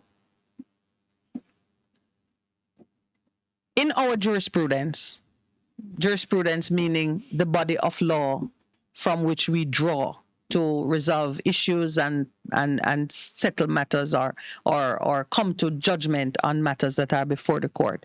In our jurisprudence, we feed from two separate streams. A common law stream, which is a precedent-based stream coming straight out of England, meaning each judge takes a decision based on what another judge did. So you are building cumulatively on top of the work that's happening around you in your court at your level. This is good because it allows for some level of consistency, and it means that you can have a common experience across the court, the judicial system. It is bad because if the foundation, if the premise on which the first decision was made is wrong, then that false premise continues to bear fruit going on and on into the future. Where personal, the second stream, of course, is statute. We make a law through Parliament that says this is the starting point for various things, and this is how we're going to proceed. So we have those two streams, precedent-based and statute-based. When it comes to personal injuries, the false premise can only be taken away by passing a law. The false premise in personal injuries is that Jamaicans are worth nothing as freedmen. It go back to the blank page that when a child is born is a blank page on which things are written by society, and depending on what you write, you calculate a value. I think we went to a 0 rating when we were released from the plantation. We're worth nothing. And what we become is based on what we do. So some Jamaicans rise to a very high value, and some Jamaicans fall. They maybe fall below 0, where they become a drain on society, or they're a cost to society as opposed to a benefit. So you can move to very high, like, you know, the titans of industry in this country whose value you can't calculate. And then you have the man who is a cost to society, whose value is below 0. You know, Minute, yes. I don't want to cut your train of thought, but the person who rises to the very high level could never do it without the same little one them down there, you know. Well, we know that to be and so. That's the mistake that we make. And that's why my suggestion for this is we need to move away from the precedent-based calculation for personal injuries and establish a law, set up a Personal Injuries Act that sets certain baseline parameters for the valuation of human life when we're coming to it, the valuation of human suffering when we're addressing it. You are going to need statutory intervention to break the yoke that is sitting in the precedent-based calculation of damages. If you are leaving it to the judges to come up with their own method of valuation, or they are not going to break away from going back to what the judge did last year, 10 years ago. Can you find a similar set of injuries? That's so very lazy. And that's how it's done. That's how it's done. General damages are in the discretion of the court based on previous decisions. If you're going to get out of that mold, you're going to have to create a law that says this is how we're going to do it, and set the parameters, and let's just revalue human life in this country. We need a valuation. You know, like each time you're going to sell your house, you get a valuation report. Jamaicans need to be revalued. I'm calling for it, a revaluation of human life.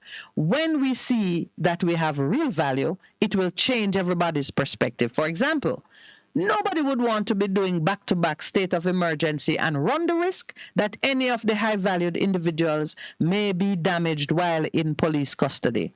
And I'm very pleased to see Gordon Robinson coming out fighting in Sunday's paper and taking the position, which I did, that the state of emergency, as formulated to be fighting this non-specific variety of crime, is unconstitutional.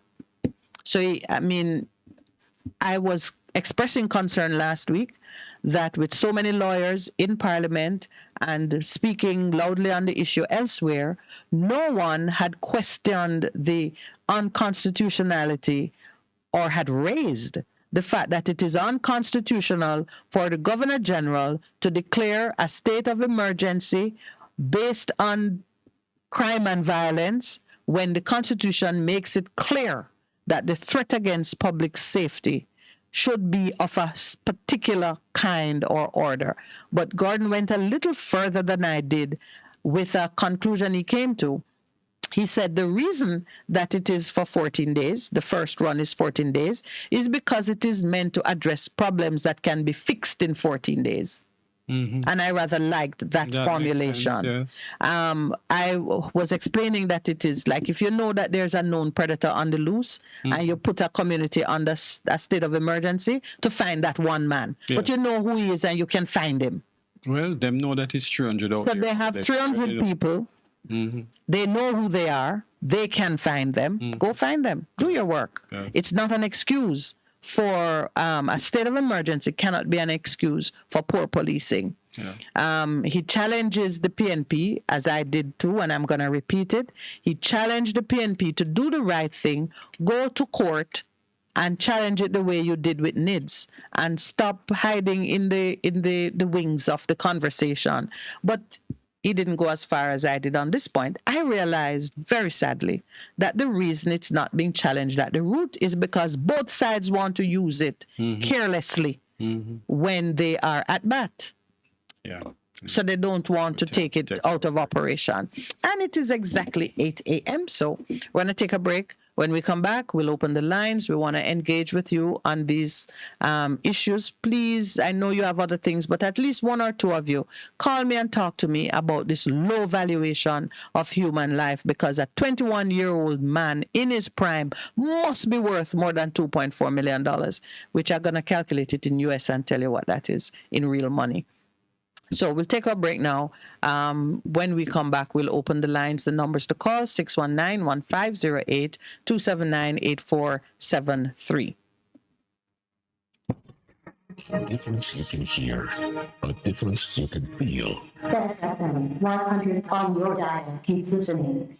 Hello, I'm Emily Thomas with the BBC News.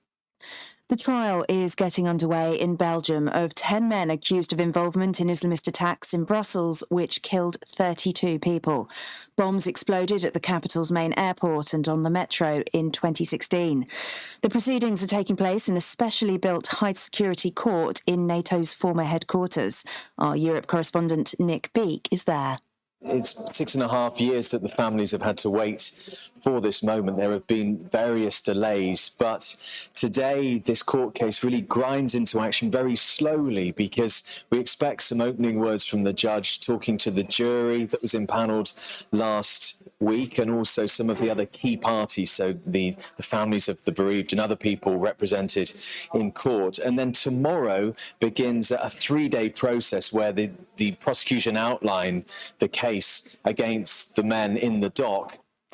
Russian media say explosions at military airfields in the southwest of the country have killed at least 3 people. Those who died were at an airfield near Ryazan. Official media said a fuel tanker exploded. In a separate blast, 2 people are reported to have been hurt at an airbase believed to house long-range Russian strategic bombers in the Saratov region. China appears to be dismantling one of the main planks of its zero-COVID policy, mass testing. Since protests last week, Chinese leaders have steadily relaxed some of the strictest pandemic regulations. Stephen McDonnell is in Beijing. Cases aren't really coming down here. They're the same as they had been. And yet, from today, no PCR tests required to use public transport.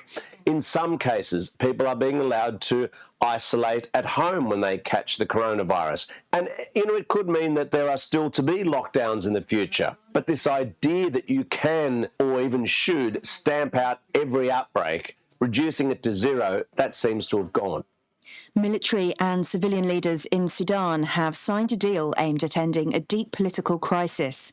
There have been almost weekly protests since the army chief, Abdel Fattah al-Burhan, seized power in a coup last year. Catherine Bayrohanga reports.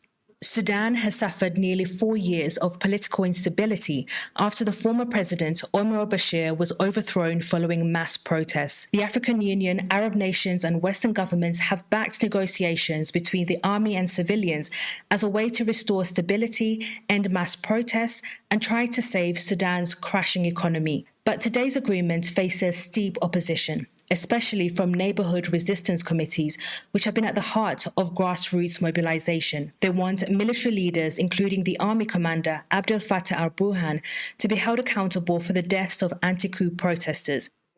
BBC News. The Swiss-based mining company Glencore says it will pay $180 million to the Democratic Republic of Congo to cover any corruption claims. The agreement with the Congolese government relates to an 11-year period from 2007. It's the latest in a series of corruption cases which have seen Glencore agree to pay more than $1.6 billion in fines this year. In May, the company admitted bribing officials in several African countries.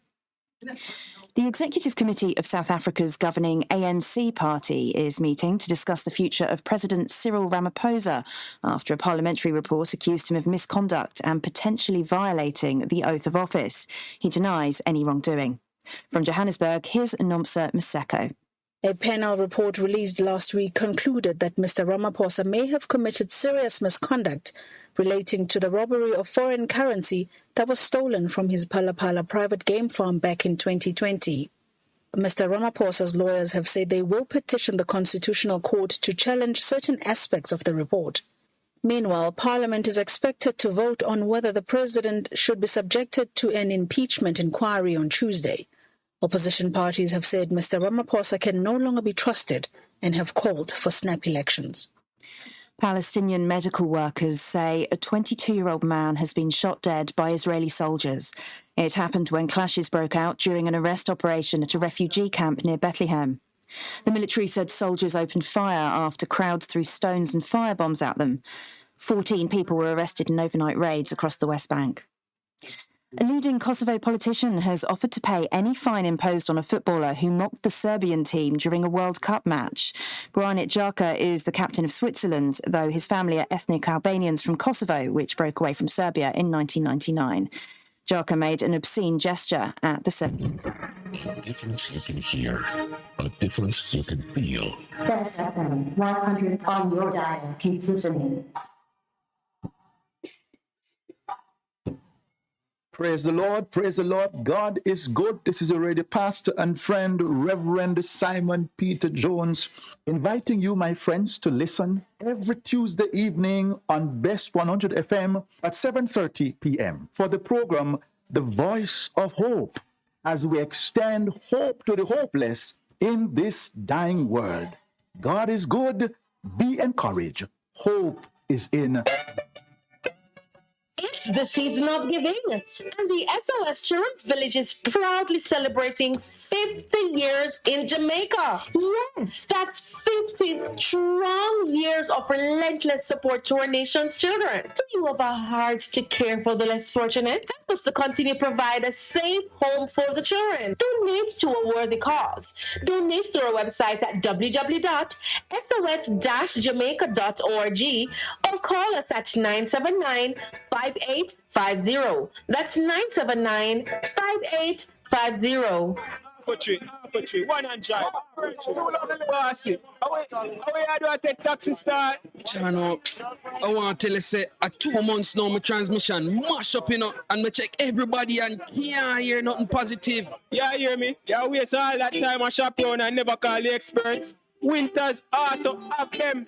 Them have over 35 years of experience and them diagnose the problem and get back your transmission brand new. For them service excellent and efficient. Trust me, man. Yeah, hear me? Call them at 929-7040 or go to them at 106 Maxfield Avenue, Kingston 13 and talk directly to the boss. Just tell them I'm me, send you. You big star. Yeah, man. Respect my boss. Try calling, guys. Trust me.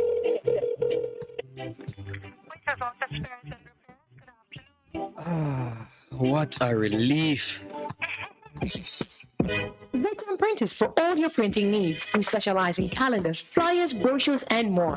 Call us today at 968-7506. That's 968-7506. Or visit us at 4 East Bloomsbury Road, off Haggard Park Road.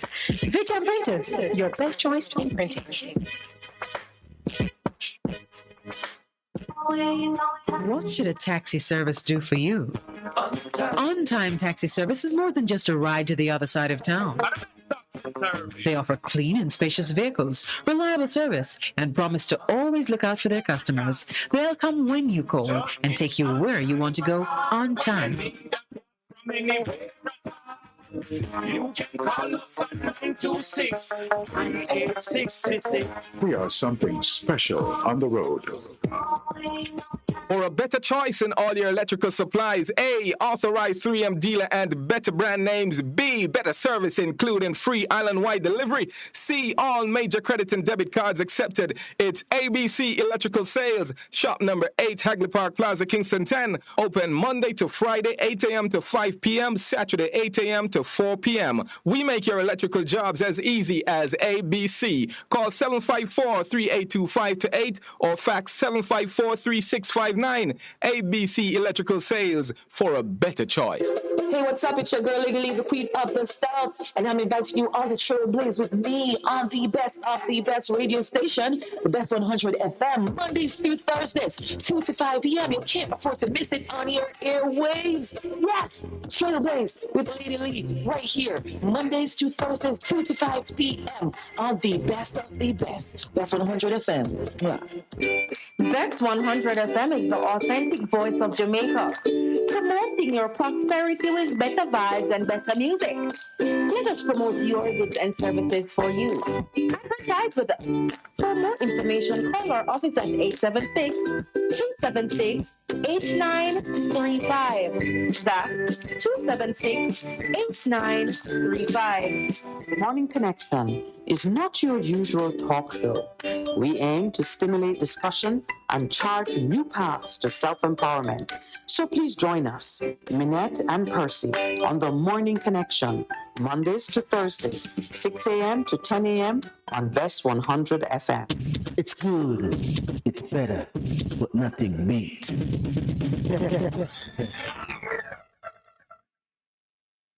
Good morning and welcome back. All right, so you all know my guest this morning. I'm saying guest, but my co-presenter this morning is none other than producer himself, Lowell Lawrence. Should I talk a little bit about you before the phone lines open? Oh, you don't want to bore people. A man of many, many talents. You don't want to bore our discussing with me this morning audience the value of human life, as seen certainly through the eyes of our judiciary when they sit to make decisions on what monies should be awarded to the survivors of people who die under circumstances that end up in court, put it that way. On my mind, heavy in my heart, the situation of young Mr. Ferguson, 21 years old, beaten to death whilst in police custody. Well, he went to hospital having taken a severe beating and did not survive. Very concerned that in today's Jamaica, you were worth more than a slave. Yes. Good morning and welcome to the Morning Connection. Morning, love and bless. Wagwan. I am very well, African. How are you, sir? The President, and I give thanks for it. Good to be here, you know? Yes. Morning, my brother. Yes, King man, give thanks, man. Every time, my brother. Blessings. Yes, sir. I hear the President anywhere in that, you know? Yes, I yes. certainly hope he's listening. I drew you out this morning, African. First caller for the day. This minute, you know, so when it touch for African, you know? I'm ready for defend it, you know? Yes, yes, yes. Important, my brother. Very important. So when I look on it now, this out of many one people system in Jamaica. Some of the out of many people value so much. So much more. Oh God, African, you couldn't have said it better. You know, there's a famous literature book, Animal Farm, and the thing was all animals are born equal, but some are more equal than others. That was the saying that was coined to reflect the inequalities in value. We're all equal, but some of us worth more. Yes, sir. Yeah. So them a bring off power way. Yeah. Them a bring it off power way in this community. This law, this justice system, were organized against the African in Jamaica. Organized and planned by the PNP and the GLP. That incident with the youth, What the Justice Minister have to do with this, Miss Minety? Well, the claim is handled by his ministry. So the judgment and the lawyers in court and so on, they go to him. And in truth, when I say we need legislation to govern the area of personal injuries, it also belongs to him. Miss Minety, this colonial system, law, where we are managed by the PNP and the GLP, Delroy Chucks now are in at the head for the Justice Ministry. And Delroy Chucks, from this longest while, me I watch him, Me I watch him, Miss Minety. And me I see what I'm to the Africans in Jamaica. Yeah. And I don't see him make no move to change it. Yep. This court system, where say we not value more than such money. You see the value where them place for the youth? Listen to me, man.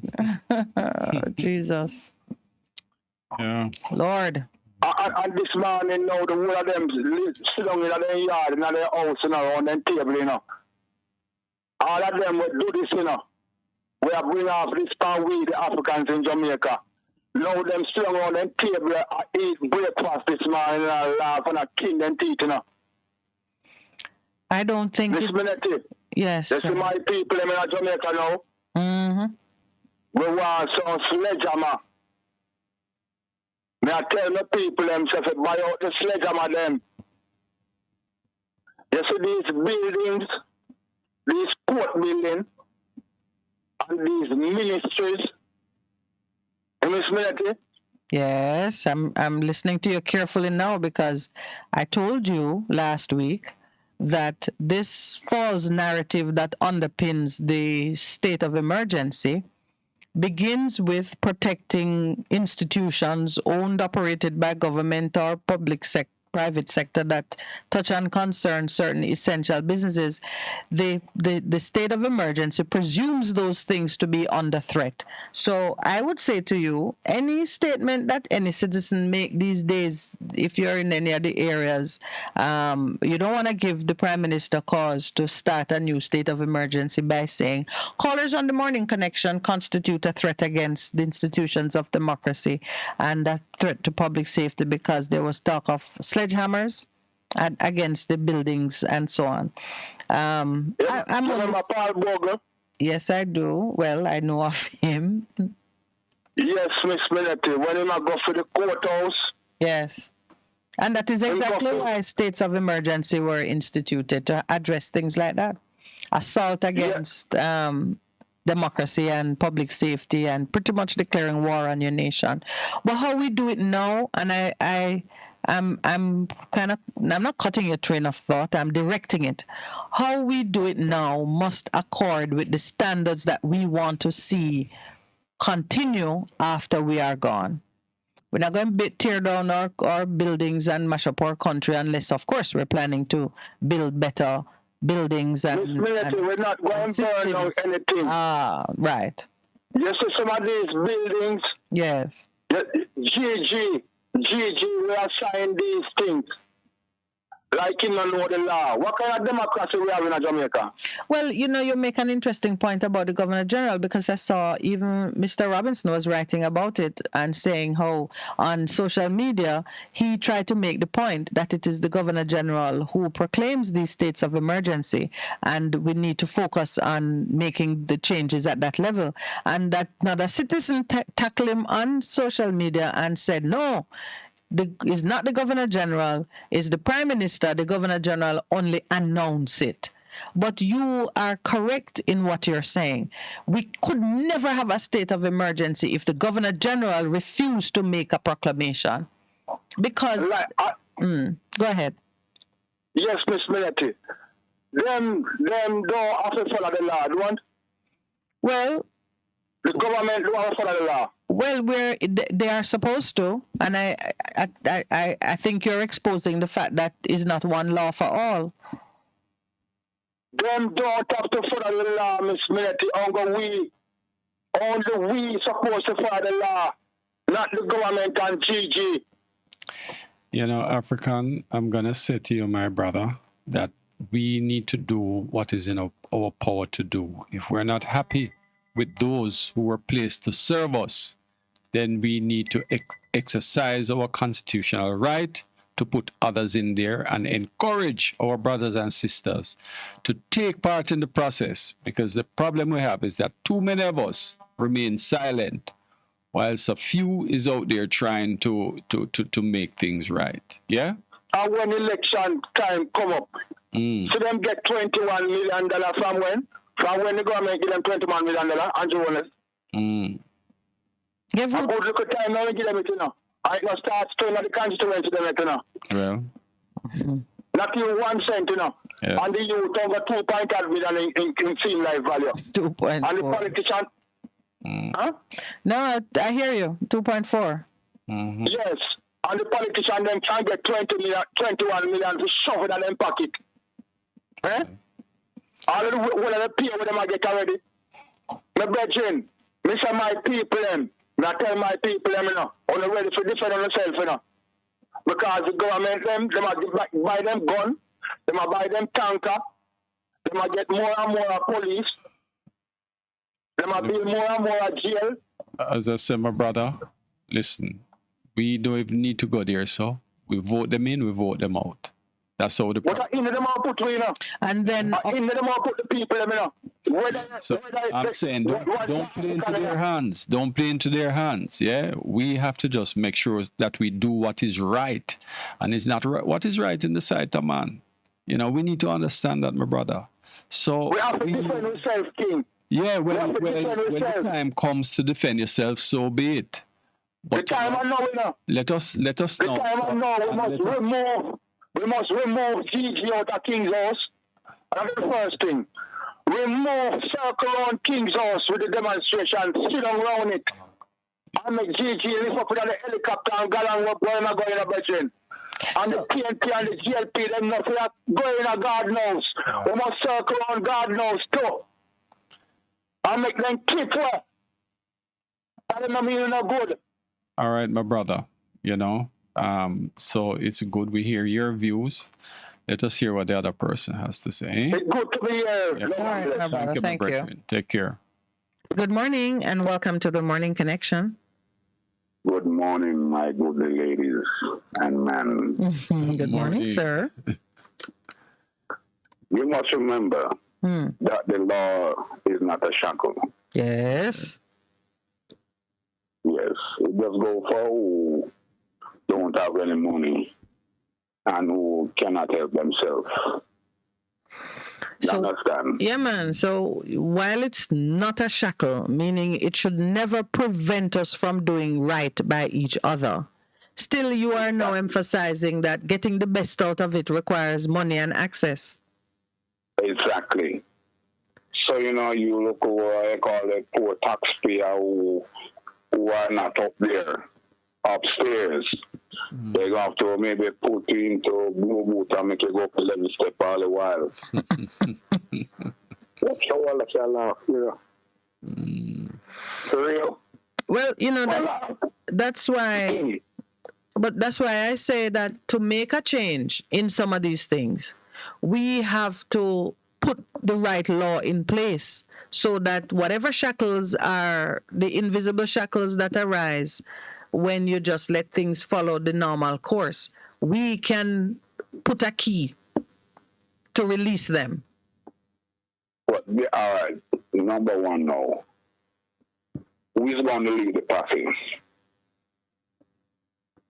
Who is going to lead the party? The posse. You're volunteer?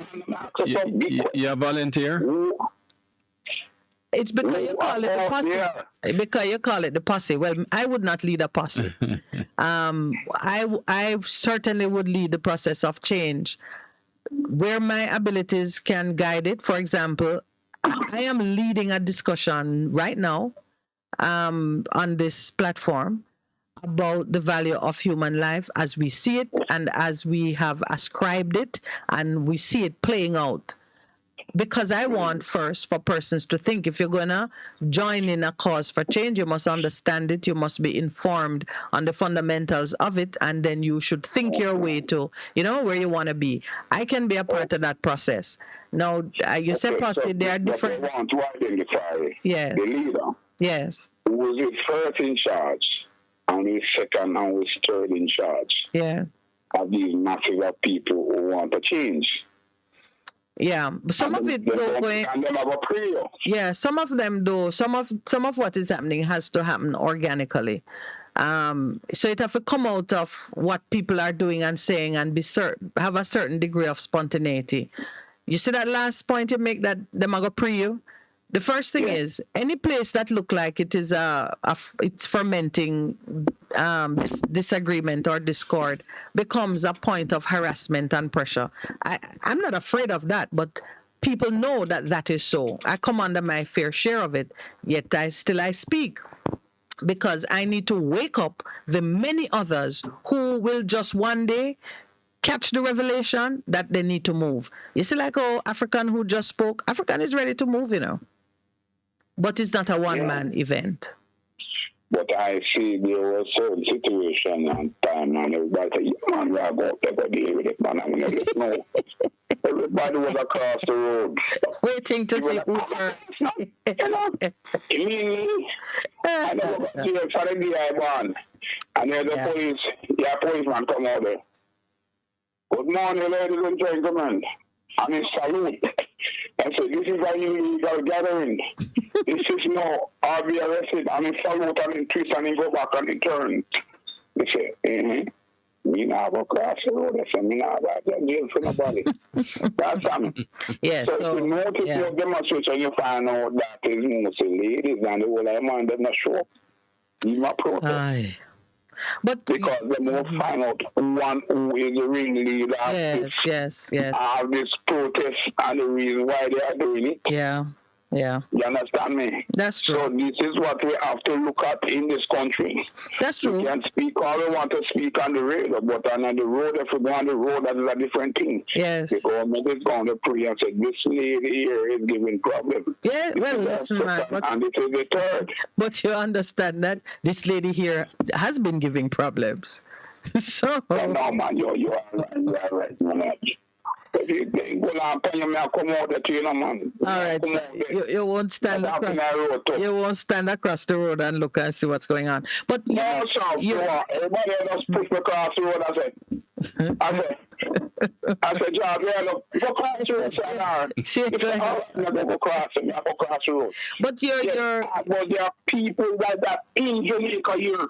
Yeah. They talk. And you talk to them, they say, yes, man, we are going to go protest for our rights.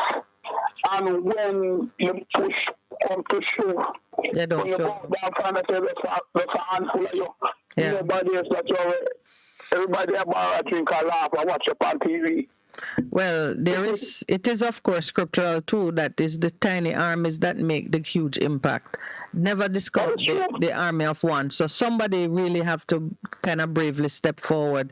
But Lowell made a point just now. He's not saying it out loud, but he said to me, we're going to get to the point where people have to decide what they want to die for.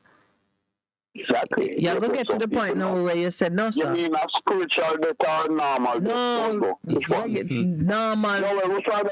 My brother, it is the physical one, Natural, normal death in the physical world. Yeah, because there's going to be something that you can't live with it. One thing for sure, you're going to die. How you die is another story. So nobody now come with the container for the car. Nobody be like that.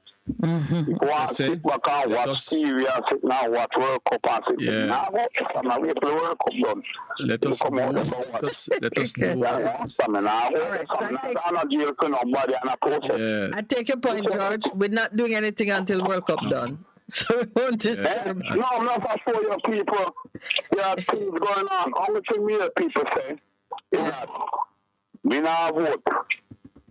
Yeah. I don't say they want to vote out in the government and they want to problem, my brother. and I'll run. Yeah. Everybody just quiet down.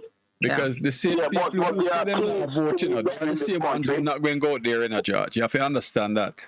They are the ones who don't plan to do anything. All they'll do is stay and gripe all day. That's all they do.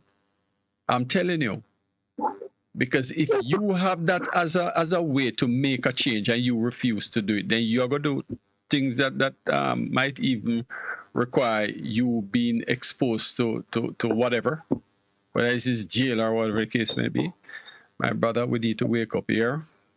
We need but this, so what? The wake up call in Jamaica is different, Yeah. Completely different, brother. And that's why we can speak. I agree that we need to speak that the position we are in is not nice. It's not good.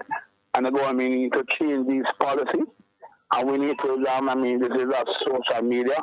And I hope Mr. Andrew wants to listen to this and understand it. But we keep... And the thing about this, the lockup that you can be arrested and not charged. Brother John, you know what, my brother, let us talk another time. Yeah, because, and we'll touch on that issue after the other where call. you stand. Let us hear where the other person stands. Yeah, we have someone. Thanks, my brother. All right, my brother. Thank you. Good morning. Just on the break, 8:30 when we come back. Let's take our break. The difference you can feel. Best FM 100 on your dial. Keep listening.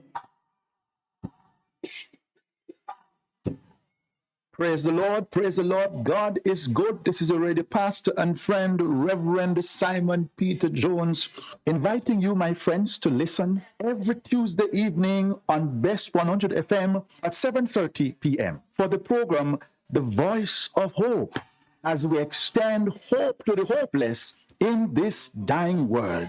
God is good. Be encouraged. Hope is in the... 100. Bossy. How you do I take taxi start? Chano, I want to tell you, say, 2 months now, my transmission mash up, and me check everybody and can't hear nothing positive. Yeah, hear me? Yeah, waste all that time I shop around and never call the experts. Winters Auto have them. Them have over 35 years of experience and them diagnose the problem and get back your transmission brand new. For them service excellent and efficient. Trust me, man. Yeah, hear me? Call them at 929-7040 or go to them at 106 Maxfield Avenue, Kingston 13 and talk directly to the boss. Just tell them I'm me send you. You big star. Yeah, man, respect my boss. Try calling no cause trust me.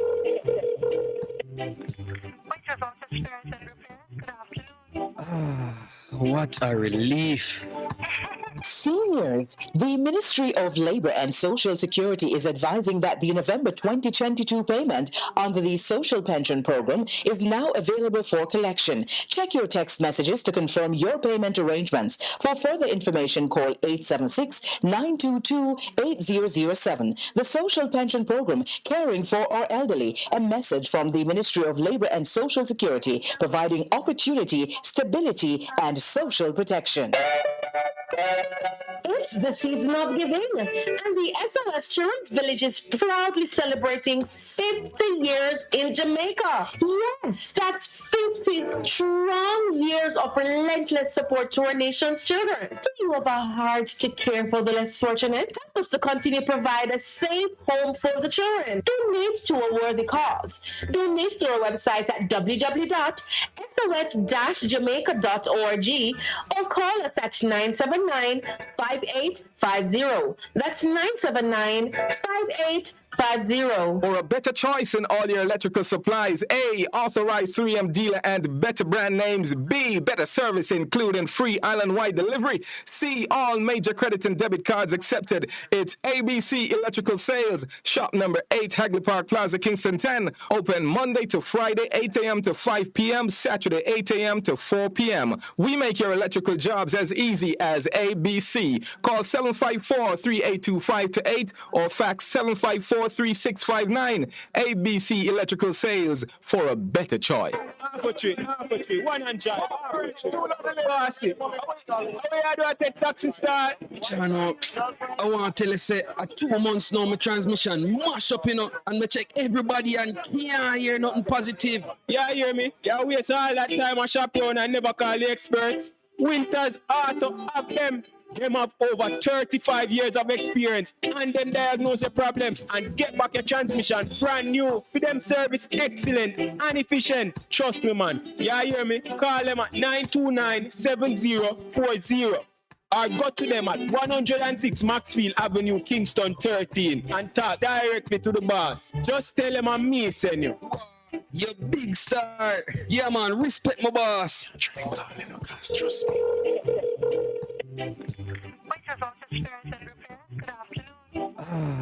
What a relief. Veteran Printers for all your printing needs. We specialize in calendars, flyers, brochures, and more. Call us today at 968-7506. That's 968-7506. Or visit us at 4 East Bloomsbury Road, off Haggard Park Road. Veteran Printers, your best choice in printing. The Morning Connection is not your usual talk show. We aim to stimulate discussion and chart new paths to self-empowerment. So please join us, Minette and Percy, on The Morning Connection, Mondays to Thursdays, 6 a.m. to 10 a.m. on Best 100 FM. It's good. It's better, but nothing beats.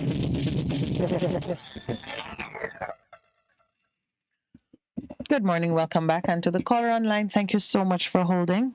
Welcome to the Morning Connection. Good morning. Good morning. Good morning. My name is Richard Morrison, otherwise known as Storyteller Morrison. Storyteller Morrison. Yes. Morrison, did you say? Morrison. Morrison. Welcome. Morrison. Ah, son of Morris. That's right, Storyteller Morrison. Storyteller. Welcome. Amount that was offered to the lady for her son Yes. is the amount that they have for certain people. Right? When you're certain people fall in certain categories, you fall into that $3 million judgment. They tried to put me. Yeah. And I could not believe it. The government took 21 and a half years of my life illegally and unconstitutionally. Yes. Illegally. And I was shocked when I heard the judge say $3 million. For 20 how much years? 21 and a half years? 22 and a half years illegally. Unconstitutionally. So, and the lawyer I had at the time, he was telling me that that's what the people got for who died in the cell in Constant Spring. Yes. So I'm saying, so you're putting me into that category of people? Because obviously they have a certain set of people, because I'm sure if certain people had suffered a constitutional violation by the government, that amount would never be considered. So it was insulting to me. So I appealed it. Yes. And I didn't go after the government. I went after the judge. Because I find that there are some judges yes. who are agents for the government, Attorney General, and they sit around and put the cases before those judges. Those judges don't use any of the options that I hear you talk about this morning. No matter what I had proffered before this judge, it meant nothing to him. Yes. No matter what I prove on documentation, it meant nothing to him. In the end, he has the audacity to say, I have not proven any wrongdoing by the government. Now, what can a person do to satisfy a judge that's not impartial? No, absolutely nothing. A judge that's not fair. A judge that has an ulterior motive. You know what I'm saying? Yes, yes. So was the award increased on appeal? Well, The appeal will be heard next week, Monday. Okay. Not yet heard. Monday the 12th of December. So tell me what amount are you seeking on appeal? What do you think would have been? And you know why I'm asking is because of the very conversation we're having about the value of a Jamaican. Well, this is what I'm saying. Yes. And what you realize is that when they devalue Jamaicans in Jamaica, that's how the rest of the world sees a Jamaican. Yes. Because I had the misfortune of sitting in court in America and saw a representative representing Jamaica in America. And I'm telling you, it was embarrassing. It was embarrassing. But you know, storyteller, we see it with the farm workers, because we saw our farm workers complaining that they were being abused in Canada, and our own government said nonsense. I went there and it is quite pleasant. And later on, the only other report on it was that we need to teach people what to expect when they go abroad to work, so that basically they can behave better. And so it is when you are abroad. If your own country doesn't regard any insult you suffer as grievous and deserving of a certain type of response, of course people are gonna abuse you. When I was a child, I was in a boarding school environment, and my parents told the house mistress that I was stubborn. And the lady tried to beat me. I really had to stand up for myself. And it is because, when I went back, when I went home, I spoke to my parents about it. It was my dad who said it.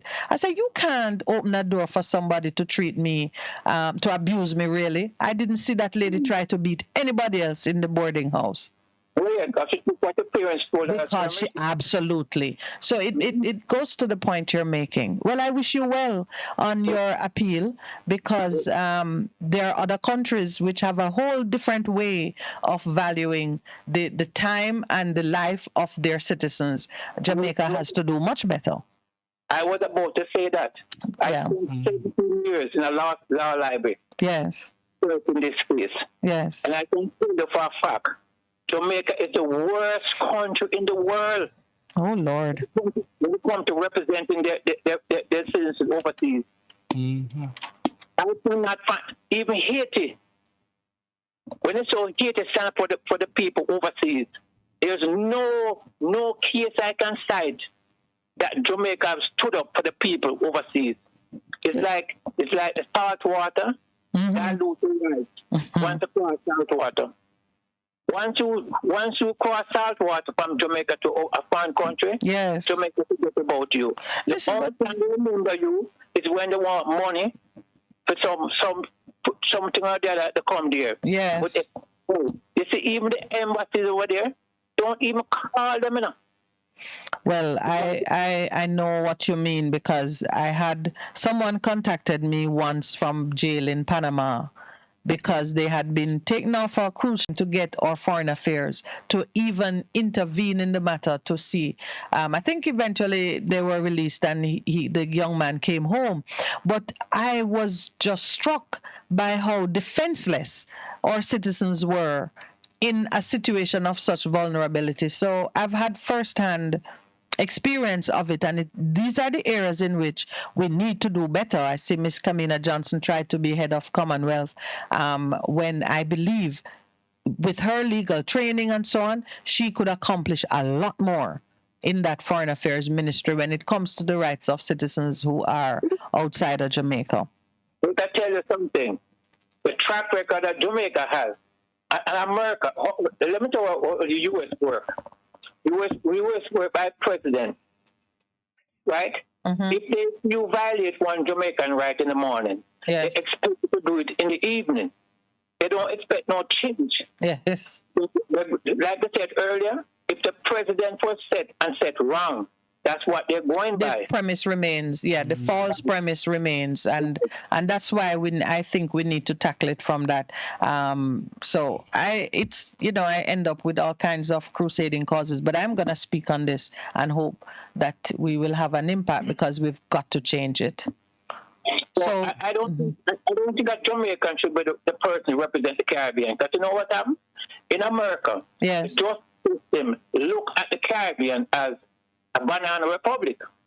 And that's because basically of how they treat the citizens. And I'm telling you one thing. They talk about move from the Privy Council, which I don't think having a great benefit to Jamaicans.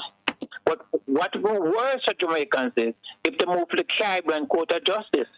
For the simple reason that the United States justice system and the judiciary system will not respect any judgment from a banana republic court.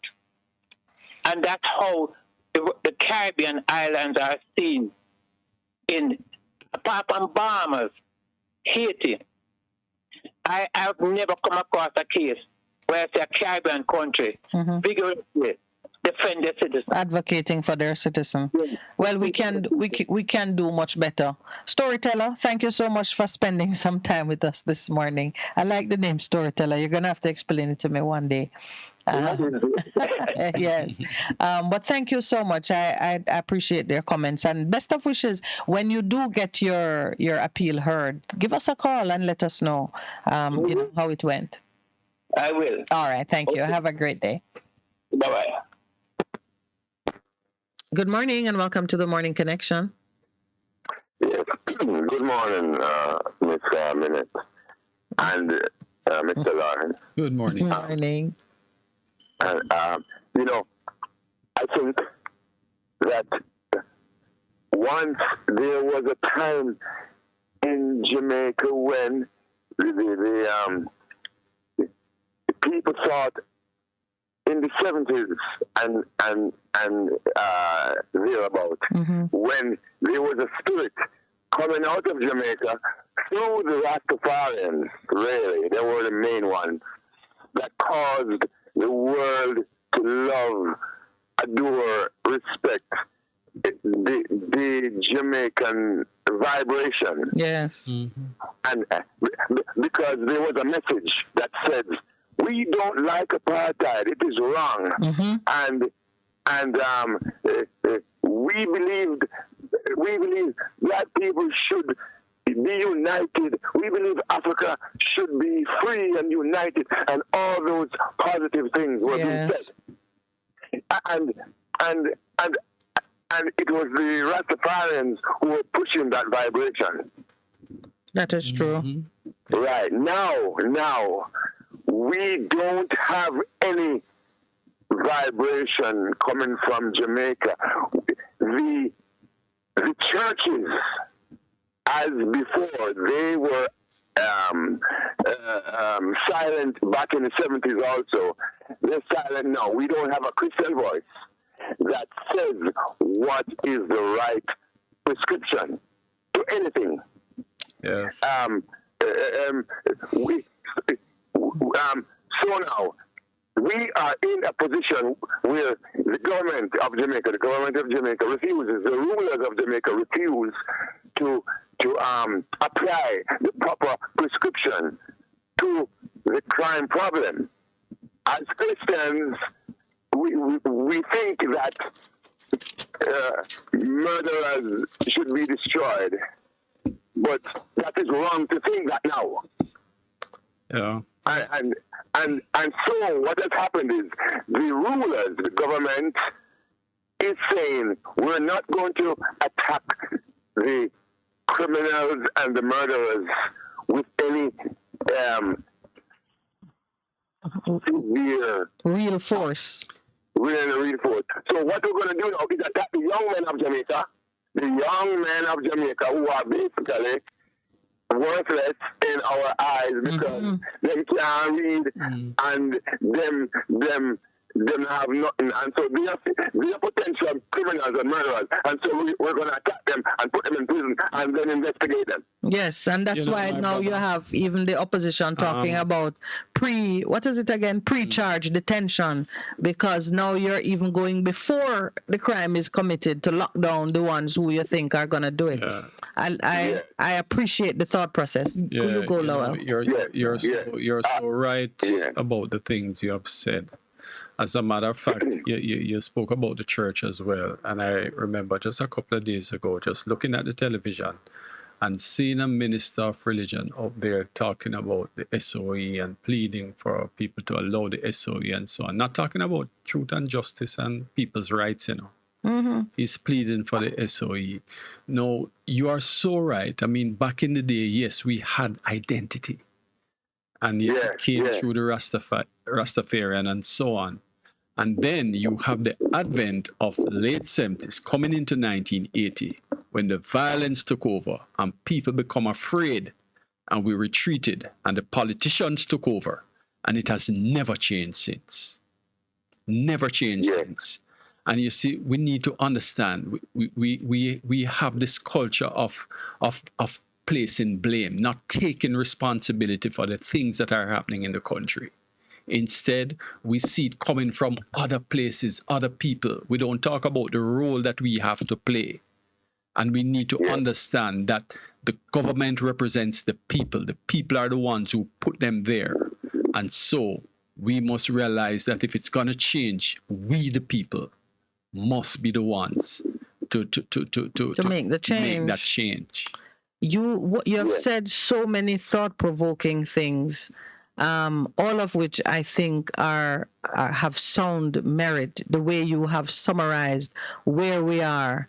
What is exercising my mind now is what would be the next? What's the next logical step? Because you have picked up on some trends. You started with the historical overview of when Jamaica's heart was playing a leadership role in directing global change.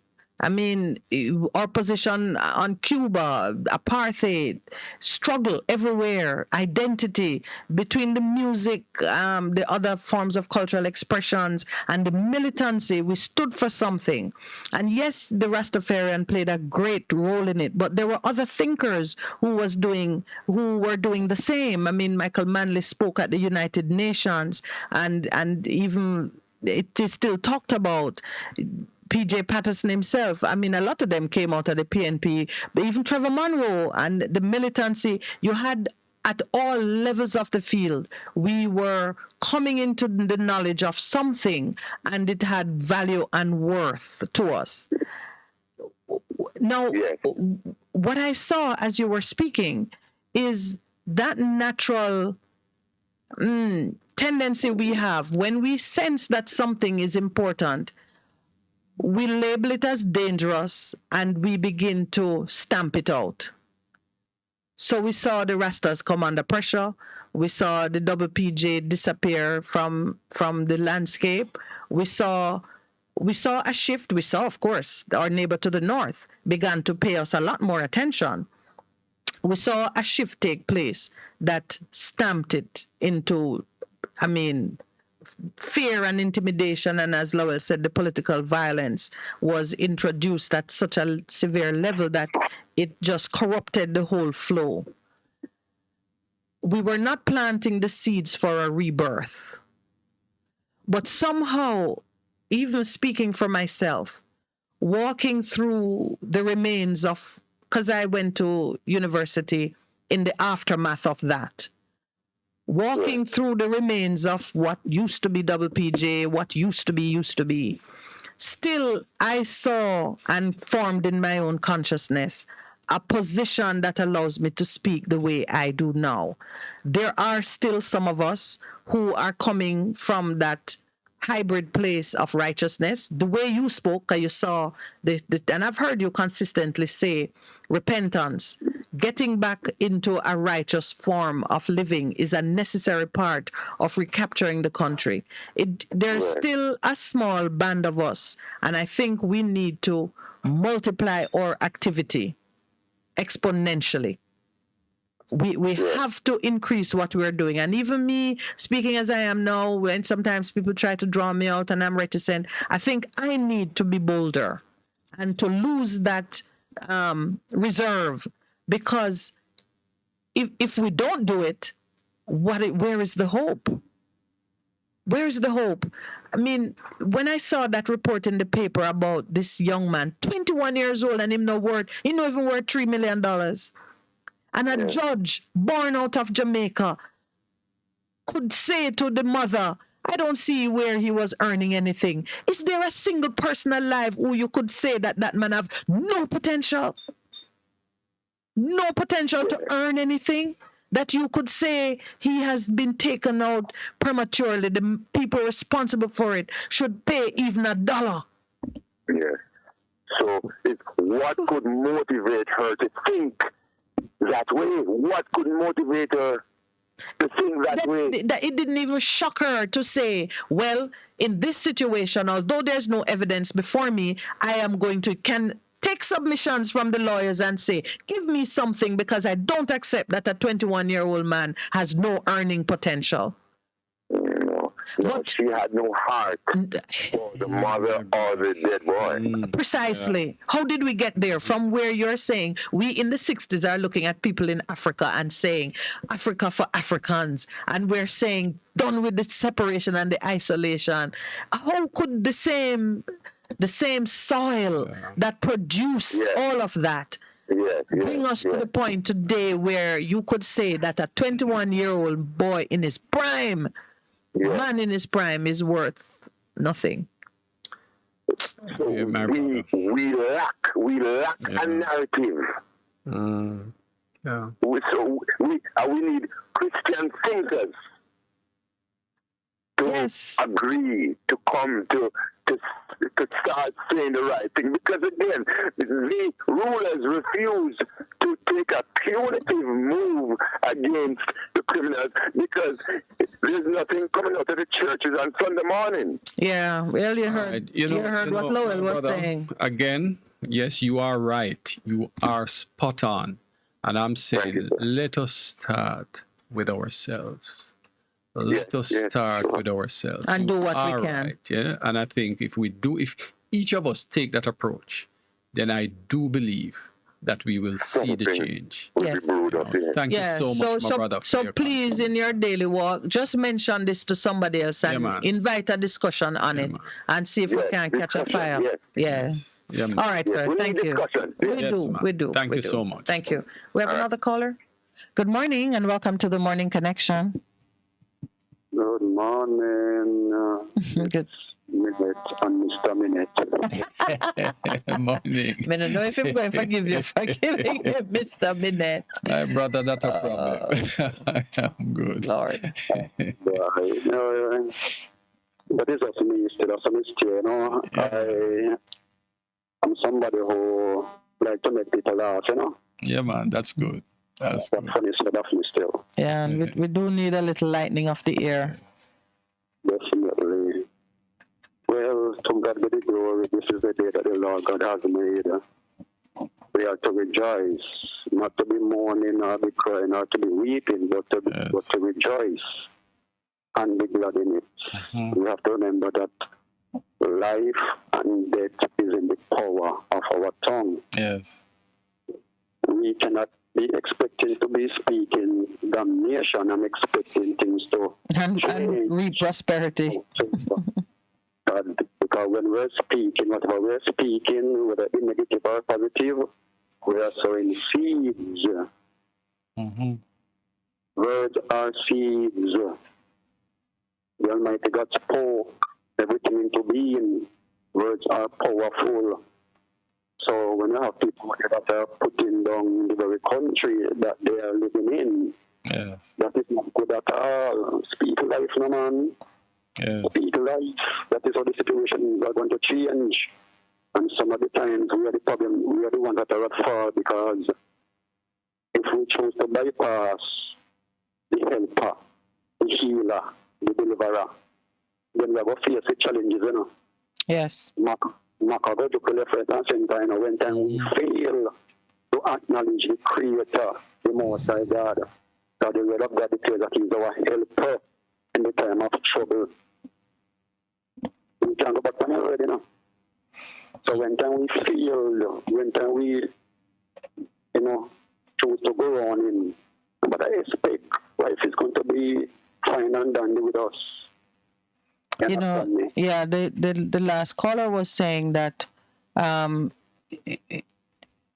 Jamaica's apparent lack of heart in what we're seeing played out today the church itself, because you have just consistently made very positive comments about the role of righteousness and relationship with the Creator and so on.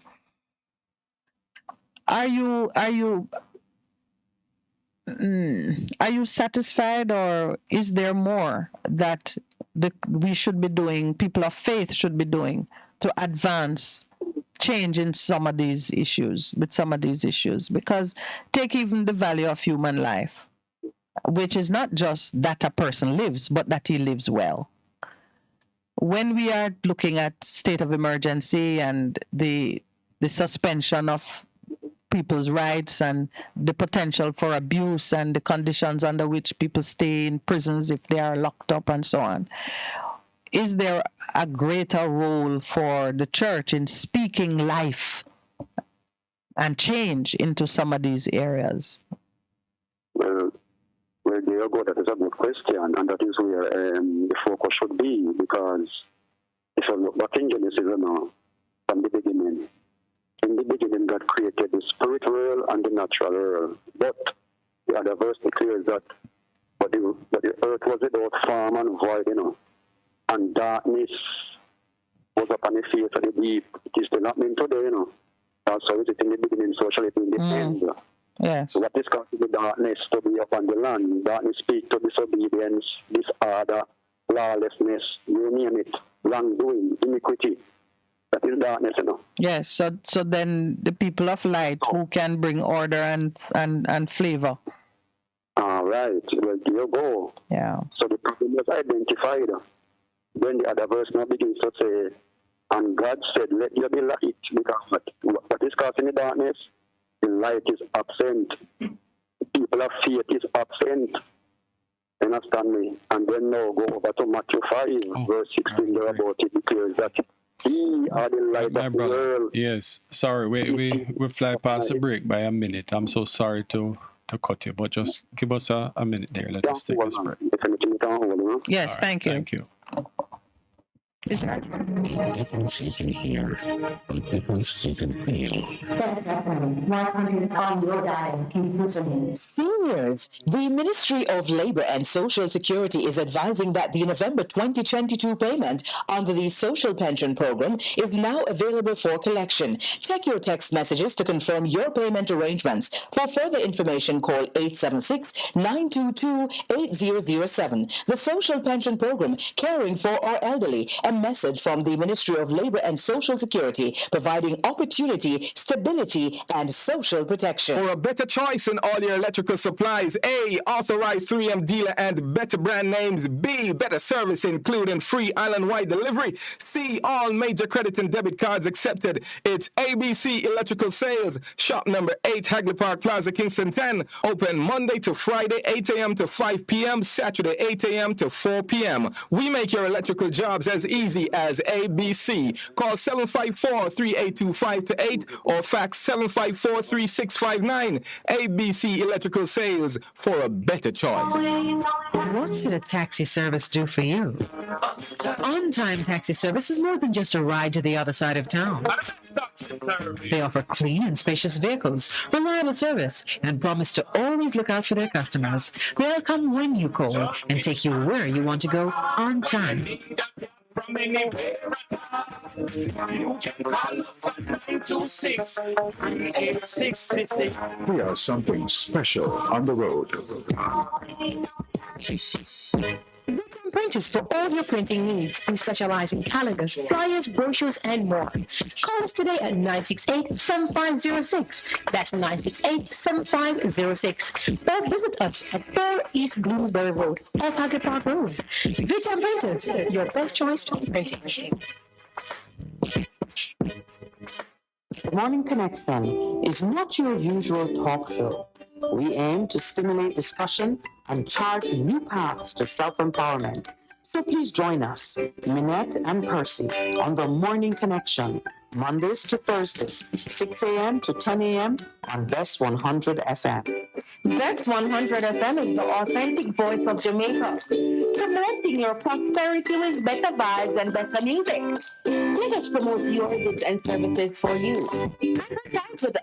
For more information, call our office at 876-276-8935. That's 276-8935. It's good, it's better, but nothing beats. Good morning and welcome back. Thank you for holding. Good morning. Africa Love. Hey, Africa Love, Russ Grevlin. How are you? My brother. Oh my gosh, man. You make tears come to my eyes this morning, man. You know? Sister. Yes. No. Nobody now listen to you value anything, you know. That this youth life becomes zero. If you are looking at 20,000 pounds, go to the slave masters for their property. Yes. It is the same black people, which is now worth trillions today. Yes. Tell me something now. What 2.4 million mean to the life of a human who are placed in custody within the state? Oh, look, man. This thing it gets so serious that.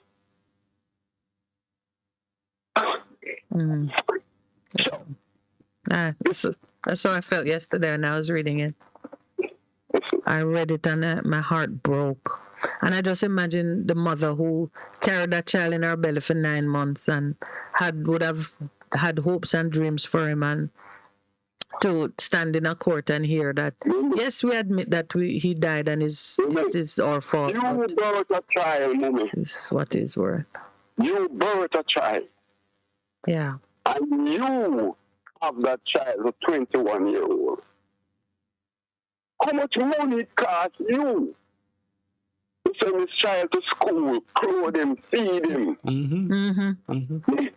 Oh, God Almighty. What kind of wicked people then are? Yeah. What happened to the Minister of Justice, the same as Justice in Jamaica? That's to go home. Listen to me. What happened to the Governor General who say he represents the big lord? Ras Kremlin, with the exception of the lawyers who represented this lady in the case, we may be the only ones talking about it from this perspective. You know, that's why I'm in love with this FM. I know, say, we want, as with the brother say, with the hammer, the sledgehammer. Yeah. And that's everything what him say. Understand me? We need to circle God knows and the Governor General house peacefully. And make the people provide the verdict for this. We don't want more court. Yeah. Right. Just the president of the Africa, if they are most of them African in Jamaica, and them are African, including Rasta and everybody. Let we go sit down around there for all 1-2 weeks. Circle the place, and them come shoot off the whole away. Yes. I mean, to keep this on them agenda to the end of the year, to the beginning of 2023. What kind of wickedness? What kind of disrespect? This worse than slavery. This compensation from the court. It's all like a judge woman there. Child, they want tax authorities. Understand me? I don't want them money from SFM. But you know, the point you made is so spot on about just the cost of taking a child from pregnancy to adulthood. It's just the cost. And not even that you can't get reimbursed because I know it costs more than $2.4 million to raise a child. Mama, their mama to raise a child. One of the items cover that. Yeah. One item to carry a child from birth to 21, right? Is about 50 times what them have for the youth life. And worse of all, he was put in the state. Yes. I don't know the reason why him think what's it when I'm doing much out tear grass, because we don't know the motive. We don't know, and in the end, they weren't even trying to say he was rightfully in custody because he got an award for false imprisonment. So it was accepted that he shouldn't have been arrested. But you see the ease with which we take away people's freedom, and this is just something of concern to me. Some of us don't even like stand up in a line for too long. I wait for something for ourselves. We are impatient, yet it does not seem to disturb us enough when our young men and women are put in handcuffs and taken into a place where their freedom is curtailed. It don't seem to concern us. Some of us don't even want to wait in traffic. You sit down in your car in a line of traffic and you can't move. There are some of us who can't even bear through that. All right? I want to say all those who say they are Africans and who love the African race and nation. Me, Africa love Rascal, and I call upon them to make sure that there's justice with this. Because listen, we not wrong if we have to go someone God knows and Governor General House, you know. We have a constitutional right now. This is the first year that we have a solemn right to get an answer. And we're not supposed to be tear gas. And we're supposed to be comfortable. There with water, with juice and everything. We must make sure we get an answer to this. As African people in Jamaica, all of who from the liar them, everybody who say them are African and them ray and them ray. And you know, I want to emphasize a point as you are addressing it in this way.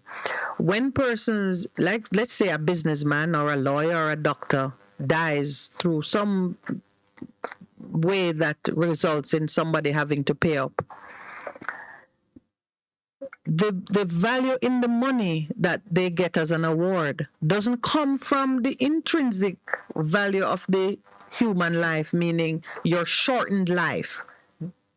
There's an award given to you because your lifespan has been shortened. That's not where the money is given, you know. Lest anybody think that if it were me, I'm worth much more. A calculation is made of the loss of the income you would have earned and which would have gone to your family, if based on whatever your income bracket was. A calculation is made that you would have earned $1 million, kept maybe 10% for yourself, and 90% would have gone to your children and your mother and so on. God help you if you don't have dependents to say, he used to give me this or that. Because that's what's taken into account. So those who think they're worth more, please understand, you're not worth more. You just earn more. You just might earn more money that can be accounted for. The same $240,000 that young man got for losing over 50 years of his life, and that you would have get to. So it is the basic point is that when we come off of the plantation, my suggestion and my conclusion, our value dropped to zero. After the slave owner was paid for each African, we were, to ourselves, in our own hands, we are worth zero. Sister. Or a little more than zero. If it's you. Yes. Right? At the age of 21. If him had been even employed when he leave high school. Yes. For 3-4 years, what will be his contribution coming through NIS, housing trust? Yes. Listen, sister. Yeah. You also like calculate this thing around. Eh? If this youth was employed by the age of say even 18 18-year-old. Yes. When in high school to 21. That a 3 year. What is the value? And this youth can't going through the system where them set up with this housing trust, this NIS, this name it, this all kind of sitting with them so them want. Yes. Where them are robbed with from. But we're not gonna benefit from them thing, you know. But you see, for him to have contributed, you'd have to fix an income for him. And the judge said there was nothing before to show that he was earning anything. She said, there was nothing before her. So we are using some rules that pretty much render a person valueless unless they can come and demonstrate that I was earning $10 on this job site or $20 on that one, or it goes down to some numbers, which I am taking issue with it this morning. I'm saying that there is intrinsic value to a human life, and it is our job to find a way to assess it when we are asked to pay money. Right. That's our job. We're saying no. Because this youth didn't come on unemployment, even though his mission to become a student, defend the countries. Yes. Our country. Right. We are, listen. His dream has no value. So his mother could say he left high school and he wanted to be a soldier, but that has no value. We don't have a method of saying this is the potential of the person, and because he was taken from us in this way, then this is the value we're gonna place on it. And for me, that is wrong. All right, All right, my brother. No, me give thanks to the audience. Me respect everyone. Yes. And people, me want Jamaican, we say them are African, to make a step forward on this. All right, sir. Well, share the word. Share the word. Yes, thanks for scrambling. Have a good day. You is my producer and you look bunga person for me. Blessings, my brother. Will do. Good morning and welcome to the Morning Connection. Good morning. Welcome. Well, while we have a little breathing space, I showed you that the 21 gun salute was eventually done for the police officer.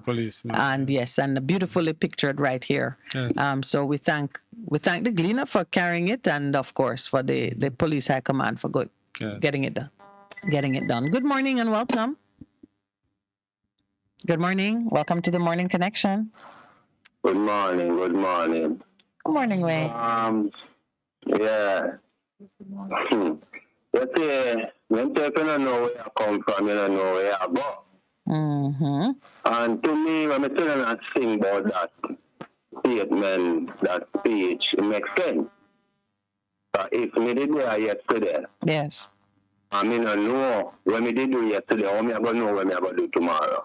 Or just simply not to make the mistakes that you made yesterday. You're constantly walking the same ground.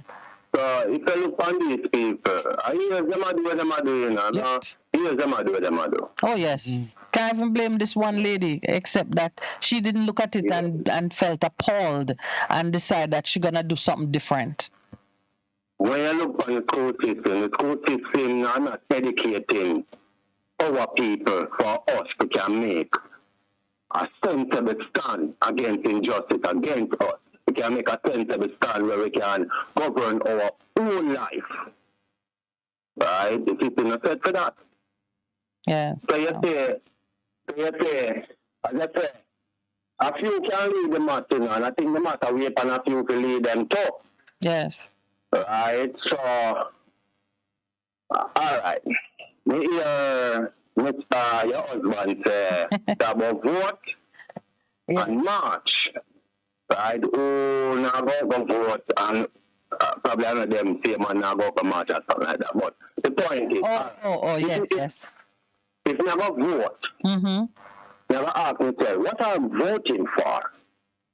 Me personally, I saw mistake. We not question things, we not going on myself, we not have a true spiritual understanding so that in the physical world we can see it have a benefit in the physical world. Yeah. Right? Yeah. So I never ask myself, who me I go vote for? When I look at the two parties in Jamaica, to me the two of them are the same thing. So if I vote for one or the other, I never get the same thing.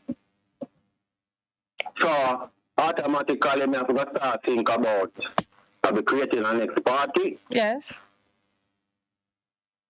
So me may look around and me ask myself, is the next party well seen?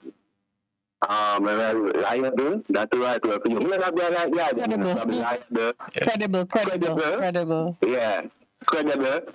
Right? So there are two sides to it in a way. Sorry to cut you. There's the side where you vote, and there's the side where you lobby for change. Eh? Yeah. So the truth is, you have two sides, yes. Now, of the two, who are more likely to listen to me when I speak? Who is more likely to make a change, and listen to the people and be sympathetic to the people and lead according to the needs of the people? So you see, it's not a straight, boy, vote this or vote that. You also have to look at the people involved. And yes, if you look at both of them and you don't see what you're looking for, then let us encourage others to step up so that and support them. It's unfortunate that we have a third party, yet still we're not hearing a thing from them. But my hope is that eventually they'll get the support that they need, and they will be a viable alternative to what exists. So let us not just see it as black and white. If it's not this or that, and if it's not that, then there's nothing. And that's the danger zone, the person who said there's nothing, and as a result of that, they do nothing. But doing nothing cannot be a choice. Cannot be a choice. Right. So if you're not gonna vote, and there's a reason why, let it be known widely why you're not voting. If you are of a mind to do so, because sometimes when the people hear why somebody won't vote for them, they can change. They can take into account what they're hearing and make the adjustments because they are seeking your vote. Then it is up to you to do the follow-up work to hold them accountable. But we move against any sense that doing nothing is a choice. Doing nothing is not a choice. We have to do something, each of us. It's not a choice. That's what have us where we are today, Yeah. One speech of me people always say, power corrupt and absolute power corrupt absolutely. Right? So again, I want to in our position, but you to say the people them not really smart or who even supposed to who have the bigger brains then, who supposed to make even a bigger stand to the change. Yes. And to say them pay more that kickback to. Like for instance, this girl where their family, when them kill the policeman apartment and then can't find until this year. Yes. The family stands out. Right. And by standing out, them get results. If they never stands out, nothing will have to It might still be a big mystery. And I said this man who died like that too, if there was somebody advocating for him, maybe you would see some movement in finding out who was responsible for his death, who should be charged and brought before the courts. As it is 10 years, is 12 years ago? 2010? 2022, 12 years ago. Oh. But again, sometimes I wonder if teachers, nurses, not about people, civil worker, people who supposed to have become more education than them if they not listen news. Why we not find them at stands out? The police then. Why we not find them at stands out? It's like certain people where nothing is a more position than the one them where that's done there. We not to see them at stands out. Everybody does all for themselves. Like them only stands out to get a raise up here. They're not stands out. That's the problem. Yeah. That's the problem, We're selfish. And without justice, nothing will work. There'll be no peace. Yeah, well, somebody put on the thing here for me. We have to do it. We just need to step up. All right. Suppose to go up and we march and we talk and we put everything on the table. Clean and straight. We then fully understand what we are saying. All the devil in hell. Understand what we are saying and see what we're saying is right. But then no plan to make no change. So we have to do every day peace. Sometimes you have to war in a minute. Of course. I used to talk, in my younger days, I used to talk a lot about blood on your flag. if you look across the world and the people who don't fight for their rights can't hold on to it. Nothing is given to you. Nothing of value is gonna be just put into your lap. I'm sure fight for female, fight for female, and them is willing to die. Physically dead. Yeah, you have to be. You have to be. Even those of us, we love the Bible because we don't really want to say anything these days that might be regarded as seditious or trying to lead people into inciting violence. But in the scripture, you see, when God said to the children of Israel, "There's your land, go take it," it was occupied by other people. They had to fight for it. Sometimes you have to fight. So you have to be prepared to fight for it. We are children of peace, but sometimes it doesn't work with the devil. You can't do go like a lot mercy and grace and mercy. The devil laugh off of you. But you see, there are different ways. But there are different ways to fight, and the weapons for different type of warfare are specially made. So, like you spoke about the thinkers in the society, where are they expressing their opinions, leading change, making sure that decisions are made based on certain good principles? More of that is what. Yeah, it needs it's like to take everybody place. just think about them pocket for them personal benefit. Yeah. Oh man, when if me happy, I'm see my brother around me not happy. Me never feel happy. Yeah. That's the beginning of the change, sir. And if I did him and make him unhappy, we have to speak about what I him himself and make himself unhappy because he more educate himself, he more learn and work. I'm not sure that you are your problem. Yeah. And if you spend time to learn, and if you have money to learn too, and if you have no big money, everybody are going like a money and God. Everything, money. Money and not God, you are star. Well, you heard us say it earlier. Yes, Money is the lowest brother. gift that a person can give. We thank you for the contribution. But it's good to hear you back on that line with us. Thanks so much. Mr. Minute Oswald. Yes. Love area, yeah. Thank you, my brother. Love area. Bless up. All right, thanks, Wayne. Have a great day. Good morning. Good morning, and welcome to the Morning Connection. Morning, my lady. Hey, how are you, sir? Morning, Mr. Lawrence. Good morning, sir. Yeah. Over the weekend, I heard the news, and I was listening to the radio. I heard the news where the local government minister was handing out some was giving a speech at some graduation of some firemen or something like that to the effect. And he was criticizing the human rights people for not coming out. They not saying anything about this unfortunate death of this fireman. That the car rolled into the truck and killed the fireman. Oh dear. No, I'm saying to myself, what does a human right have to do with that? An accident. No. You see, on the station, you know, I blame the station to carry a news like that. Like that, yes. You know, when you listen to something like that, you see the type. You know what I'm in this country? We scrape in the bottom of the barrel to get people to represent, sit on the parliament, you know. These, tiki me call them, you know. They sit down in the parliament, you know, and death thumping, tiki, you know. Because you see, and the caliber of leaders, the caliber of people that we are elected in this country is why I don't know, because listen, in time gone by, you know, when we had leaders on both sides of the party, when we have a man like Lightburn, Donald Sangster, Shearer, Edwin Allen, and now on the side of the PNP, we have Norman Manley, Michael Manley, and David Core and all those type of caliber people that used to be sitting in Parliament. Look where we have sit in the Parliament now. There's Man Mackenzie, Vaz. But you know, my brother, you know, the sad part of it is that they didn't put themselves there. They put themselves up and we selected for election, them. and we selected them. Yes. Yeah. So, yes, and I keep on hearing people talking about we need a third party. But if we're not careful, we probably choose some tiki. We need good thinking people to step forward. That's what we need, you know. But But aside from the candidate, remember now, a candidate is as good as the people he represents. If you let him get away with foolishness, he will do foolishness. Of course. If you're not holding him accountable. Because even the radio station, when I listen to it, I laugh. Me and my friend, and we laugh.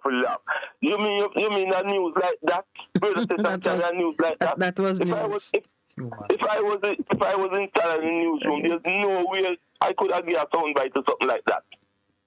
Certainly not without commentary. It's for comic relief, my brother. Certainly certainly not without commentary. We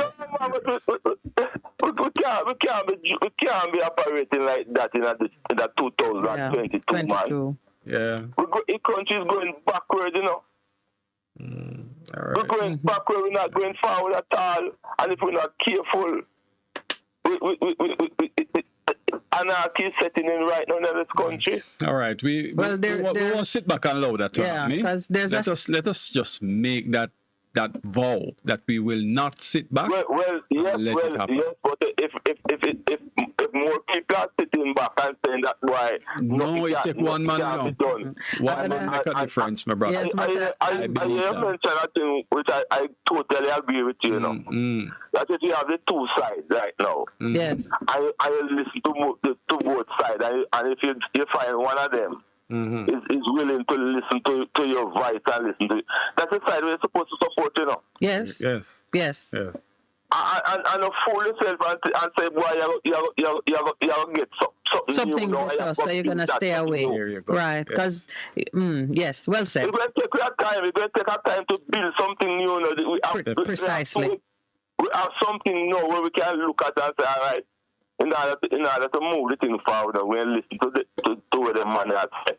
Yes. And then we choose, as them said, choose the lesser of the two evils. Right. Yes, and because the political system focuses on the undecided, they focus on, so if you're speaking up and saying, listen, I'm not going with you unless so and so, then now you have a platform to start getting change, instituting change. Thank you, my brother. We're up on the break, my brother. We have to take charge. Yes. The country is moving in that direction because it's moving towards a police state, you know. And if we're not careful, you know, we believe that things that happen in other country can't happen here. It will happen. Yes. All right, we're gonna take the break. We're on the break. Yeah, it's 9:31, right, so and we gotta take the station break. As usual, we appreciate your views. All right. Okay. All right. Thanks. Thank you. A difference you can hear, a difference you can feel. That's 100 on your dial. Keep listening. Praise the Lord, praise the Lord. God is good. This is already pastor and friend, Reverend Simon Peter Jones, inviting you, my friends, to listen every Tuesday evening on Best 100 FM at 7:30 p.m. for the program, The Voice of Hope, as we extend hope to the hopeless in this dying world. God is good. Be encouraged. Hope is in. It's the season of giving, and the SOS Children's Village is proudly celebrating 50 years in Jamaica. Yes, that's 50 strong years of relentless support to our nation's children. Do you have a heart to care for the less fortunate? Help us to continue to provide a safe home for the children. Donate to a worthy cause. Donate through our website at www.sos-jamaica.org or call us at 979-5850. That's 979-5850. For a better choice in all your electrical supplies, A, authorized 3M dealer and better brand names. B, better service including free island-wide delivery. C, all major credit and debit cards accepted. It's ABC Electrical Sales. Shop number 8, Hagley Park Plaza, Kingston 10. Open Monday to Friday, 8 a.m. to 5 p.m. Saturday, 8 a.m. to 4 p.m. We make your electrical jobs as easy as ABC. Call 754-382-528 or fax 754-3659. ABC Electrical Sales, for a better choice. Half a tree, 100. Bossy, how do I take taxi start? Chano, I want to tell you, say, at 2 months now, my transmission mash up, you know, and I check everybody and can't hear nothing positive. Yeah, hear me? Yeah, waste all that time I shop around and never call the experts. Winters Auto have them Them have over 35 years of experience and them diagnose your problem and get back your transmission brand new for them service excellent and efficient. Trust me, man. You hear me? Call them at 929-7040 or go to them at 106 Maxfield Avenue, Kingston 13 and talk directly to the boss. Just tell them I'm me, send you. Wow, you big star. Yeah, man, respect my boss. Try calling him, guys, trust me.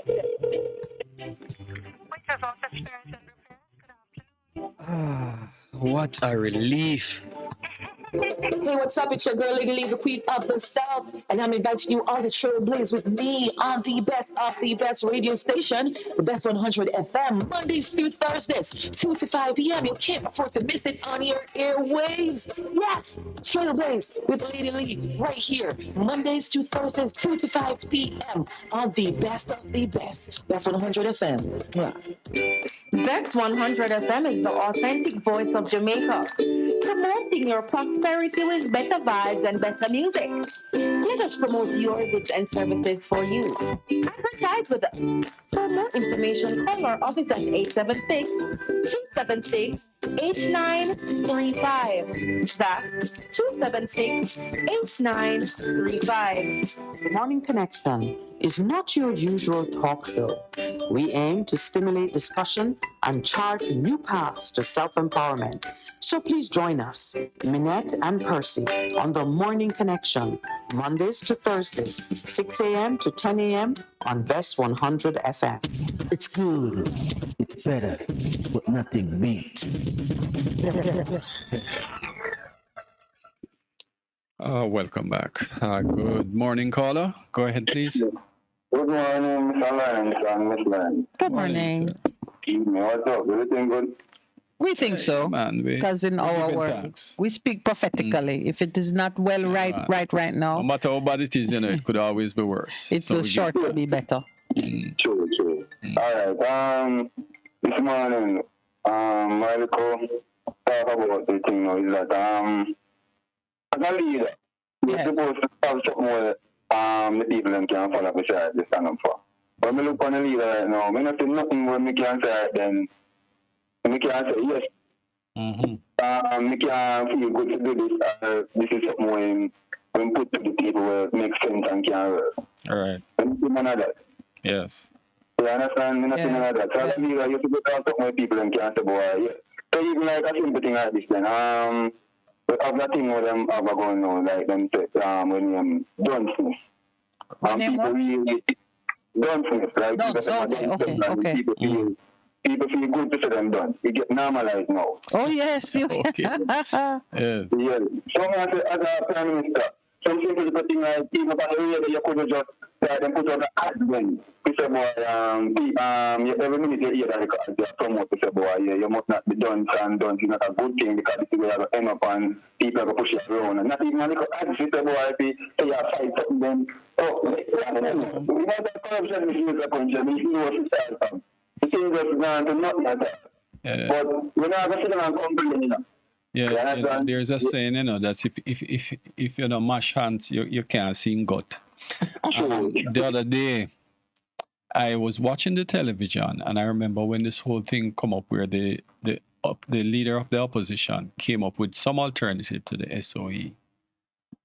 And what I saw on the television was the Prime Minister now saying, boy, well, we were the first one who did suggest that, and them shoot it down, and now them come in. And you hear a woman turn and say, well, on another matter, his own matter, well, them did do the same thing too. So what you're seeing is this kind of behavior among our leaders.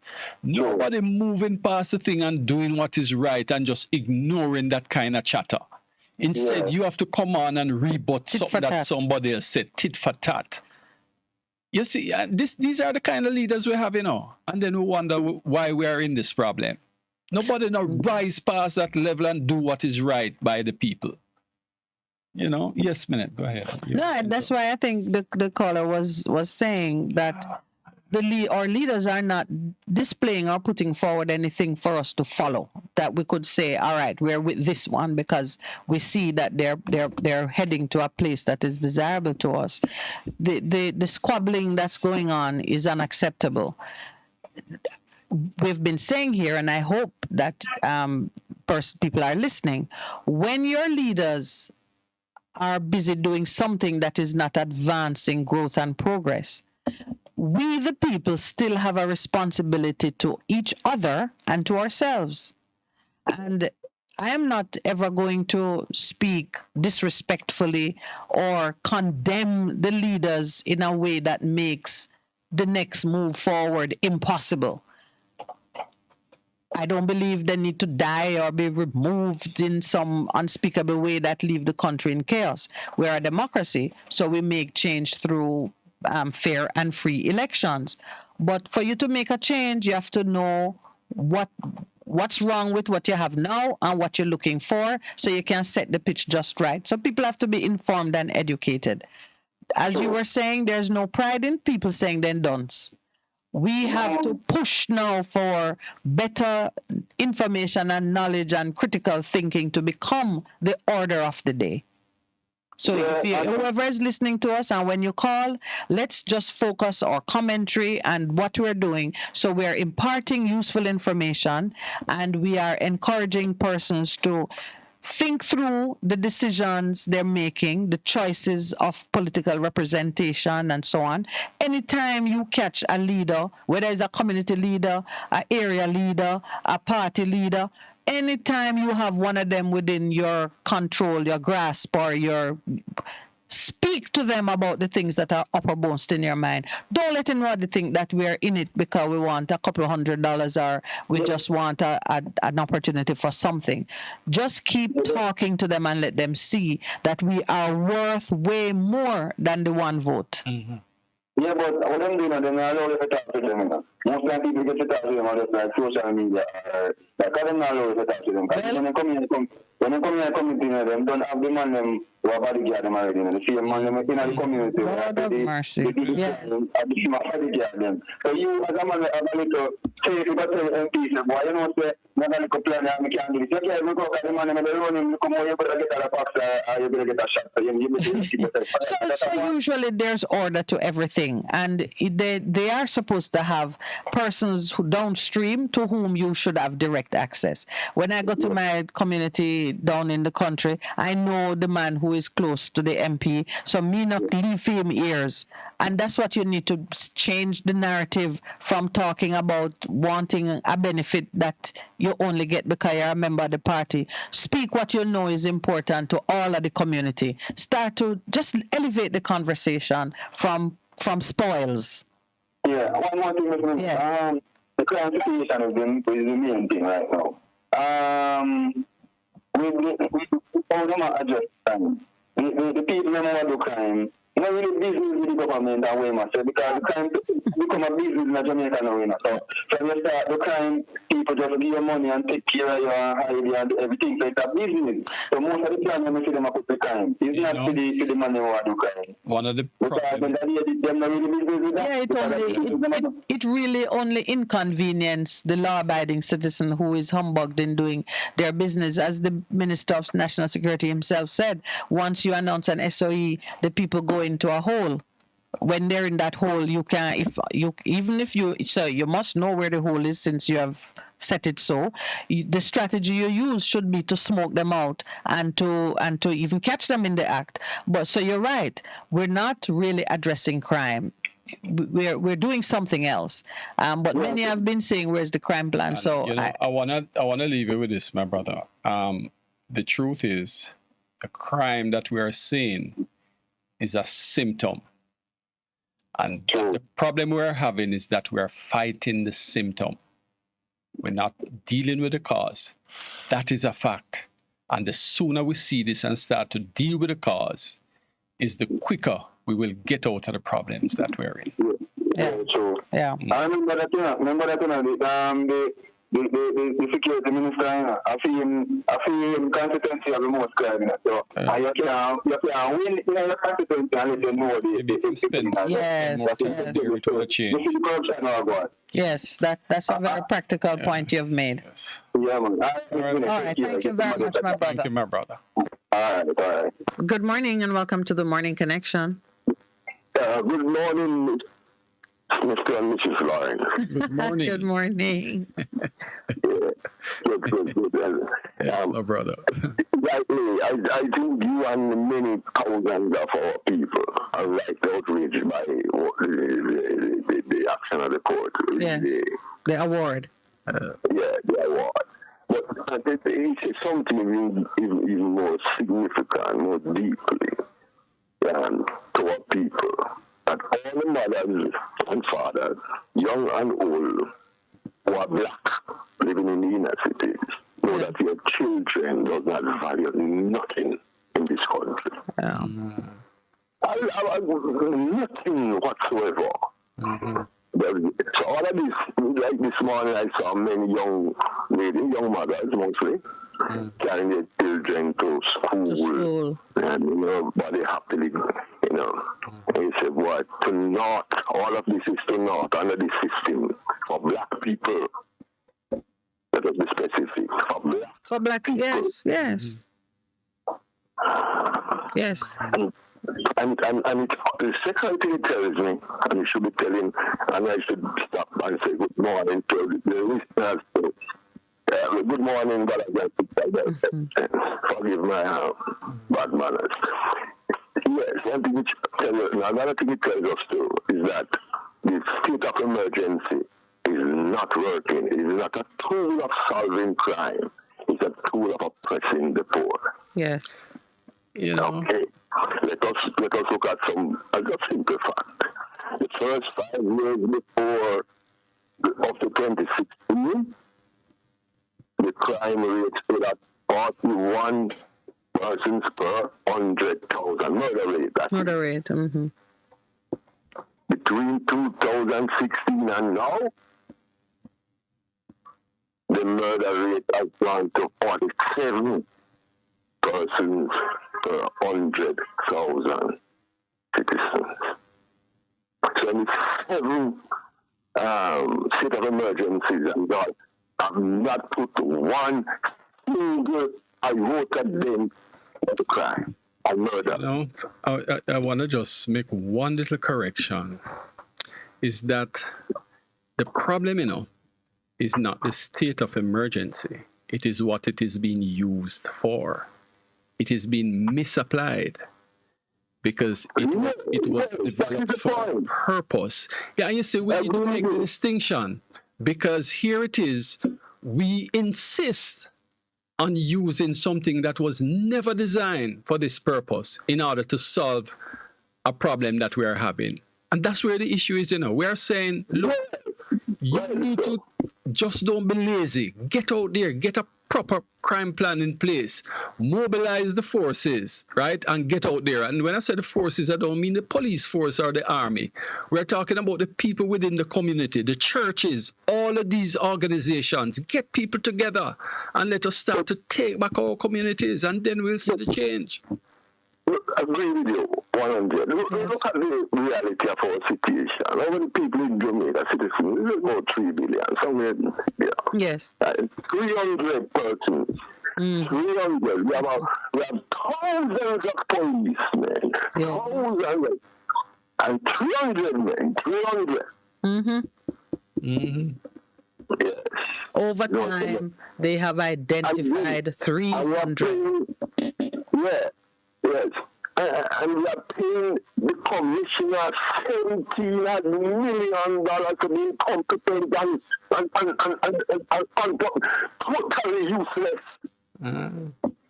But you have to add. And nobody's saying this, In other countries that did them, this man would have gone to the bush already. Yeah. Well, and don't ignore the fact that while you can say that, and rightly so, standing right next to the commissioner are many Jamaicans of high quality calling out for the same approach to be taken and cussing off other people who say no, that approach has not worked and it is too hard on the citizen. So he doesn't stand alone because, I mean, I see in the weekend paper Mr. Pandoi, who has expressed, he has sounded out his desire to be involved in governance. He's asking for the death penalty to be enforced. Everywhere you look, there is a Jamaican in big business making a call for stricter legal approaches to be taken to this issue. None of them seem to be very interested in the hardship that it wreaks on certain parts of the population. On the majority. Yeah. So it's not just the commissioner being of that mindset. The commissioner is responding to, or there are other high-level forces in this country that are interested in taking the same approach. I understand the point, but I also want to remind you that this individual was also the advisor on security to the Prime Minister before. Yes. This man has been factoring in how we fighting crime from about for the last, 4 years or so, or 5. This man is incompetent. This man must go and goes like him. We are dying. We are allowing 300,000 to tie up the whole country, but 15,000 soldiers and police. Yeah. And then we have a security minister that is calling us rats. Oh, yes. My brother, the discussion goes on. We really appreciate your contribution. Can't forget that. We have to keep talking. We have to, and not just talking, we need to start doing things. We need to take action based on what we're feeling and thinking. Yeah, let us encourage each other. Keep exposure going. Yeah, man. Definitely. Well, for as long as we can. That is the mission. That is the mission. Thank you very much. I think that's the. Is there another call, Mr. Engineer? That's the last call coming through. Yes. Good morning. Welcome. Good morning. Welcome. Yes. We're hearing you, man. Good morning. Welcome again. Yes, I did call to speak on the private microphone, but I was placed on the public. Oh, dear. Sorry. All right, the engineer will take back the call. You'll take it back, my brother. Just hang on. All right. All right, thank you. All right, Lloyd, that's once for you. While you're handling with that, let me just thank those who have been going through the issues with us on air and online. We feel strongly about what is happening, and we want you to develop the same, feelings, if I could put it that way. But more than anything else, we want to start to just follow through with taking action in the ways that are allowable. And allowable just mean, first, you act within your conscience. You act so as not to harm your neighbor, your friend. You show respect in the places where respect is due and honor is due. But do not be intimidated by the strength of potential resistance or otherwise. We must let our voices be heard on some of these matters. And I, for one, believe that it's time we had some personal injuries law in place. Stop holding to the precedent that has begun with Jamaicans being valued at far less than we are worth. So you could end up with a mother who has had a child and brought him into this world. $2.4 million? It is so insulting that it is beyond even contemplation. What do you think, sir, as we say our goodbyes? I endorse everything that you have said. I think we should not wait until things get to a boiling point before we seek to do anything about it.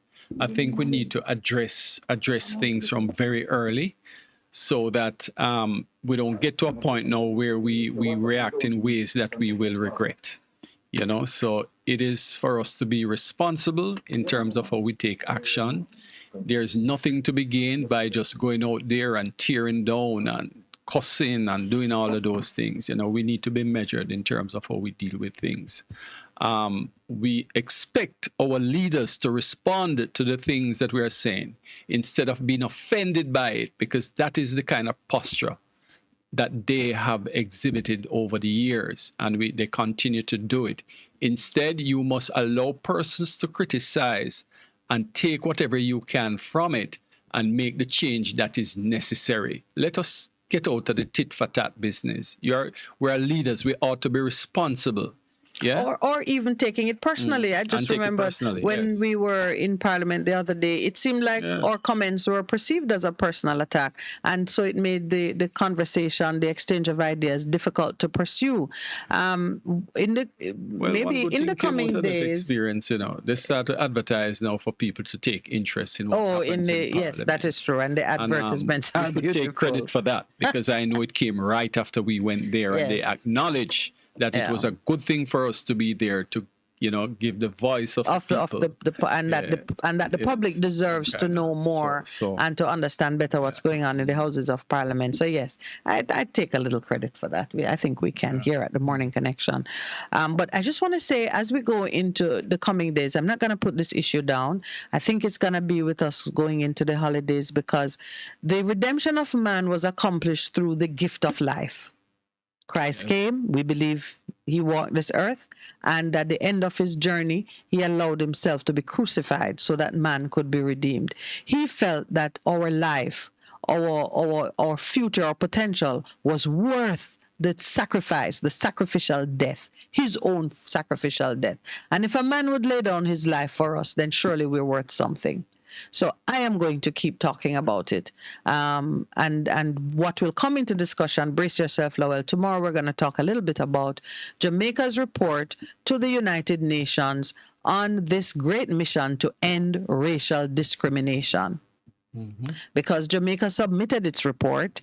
I know the Rastafarians did their I'm going to say report, but you are permitted, when the report is done for the country, indigenous groups within the country that have a contrary position to that expressed by government are permitted under the arrangements to submit their own report.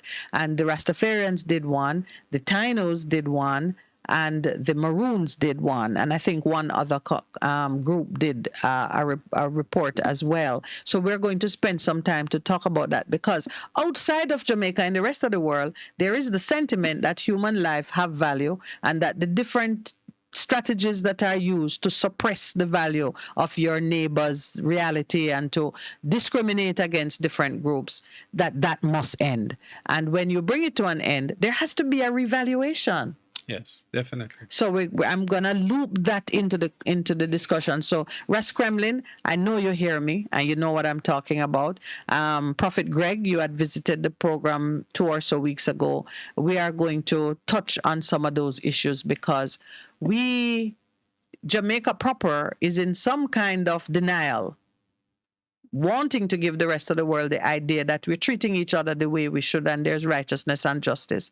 But we who are living here and experiencing the contrary must speak up. And whatever we can do on this program, we're going to do it to the best of our ability. I have used up all the time down to 4 minutes. Very skillful. So I just want to say thank you again, my co-presenter, Mr. Lawrence. You're most welcome, and I thank you, our listeners for putting up with me. I'll certainly try my best. The listeners love you, man. To fill the shoes. The listeners love you. You better stay barefooted. Pastor Percy kept his shoes. But I want to encourage and our pastor is, of course, we bless him and hope that he makes productive use of the time. Yes, I want to encourage us as we go about our business throughout this season. Let us be careful. Let us be our brother's keeper. Yeah. When we do that, then that way we will have others watching our backs. Yes, that's ended where we started this morning, no? And to the crew in the studio, thank you. Have a great day, everyone. Signing off.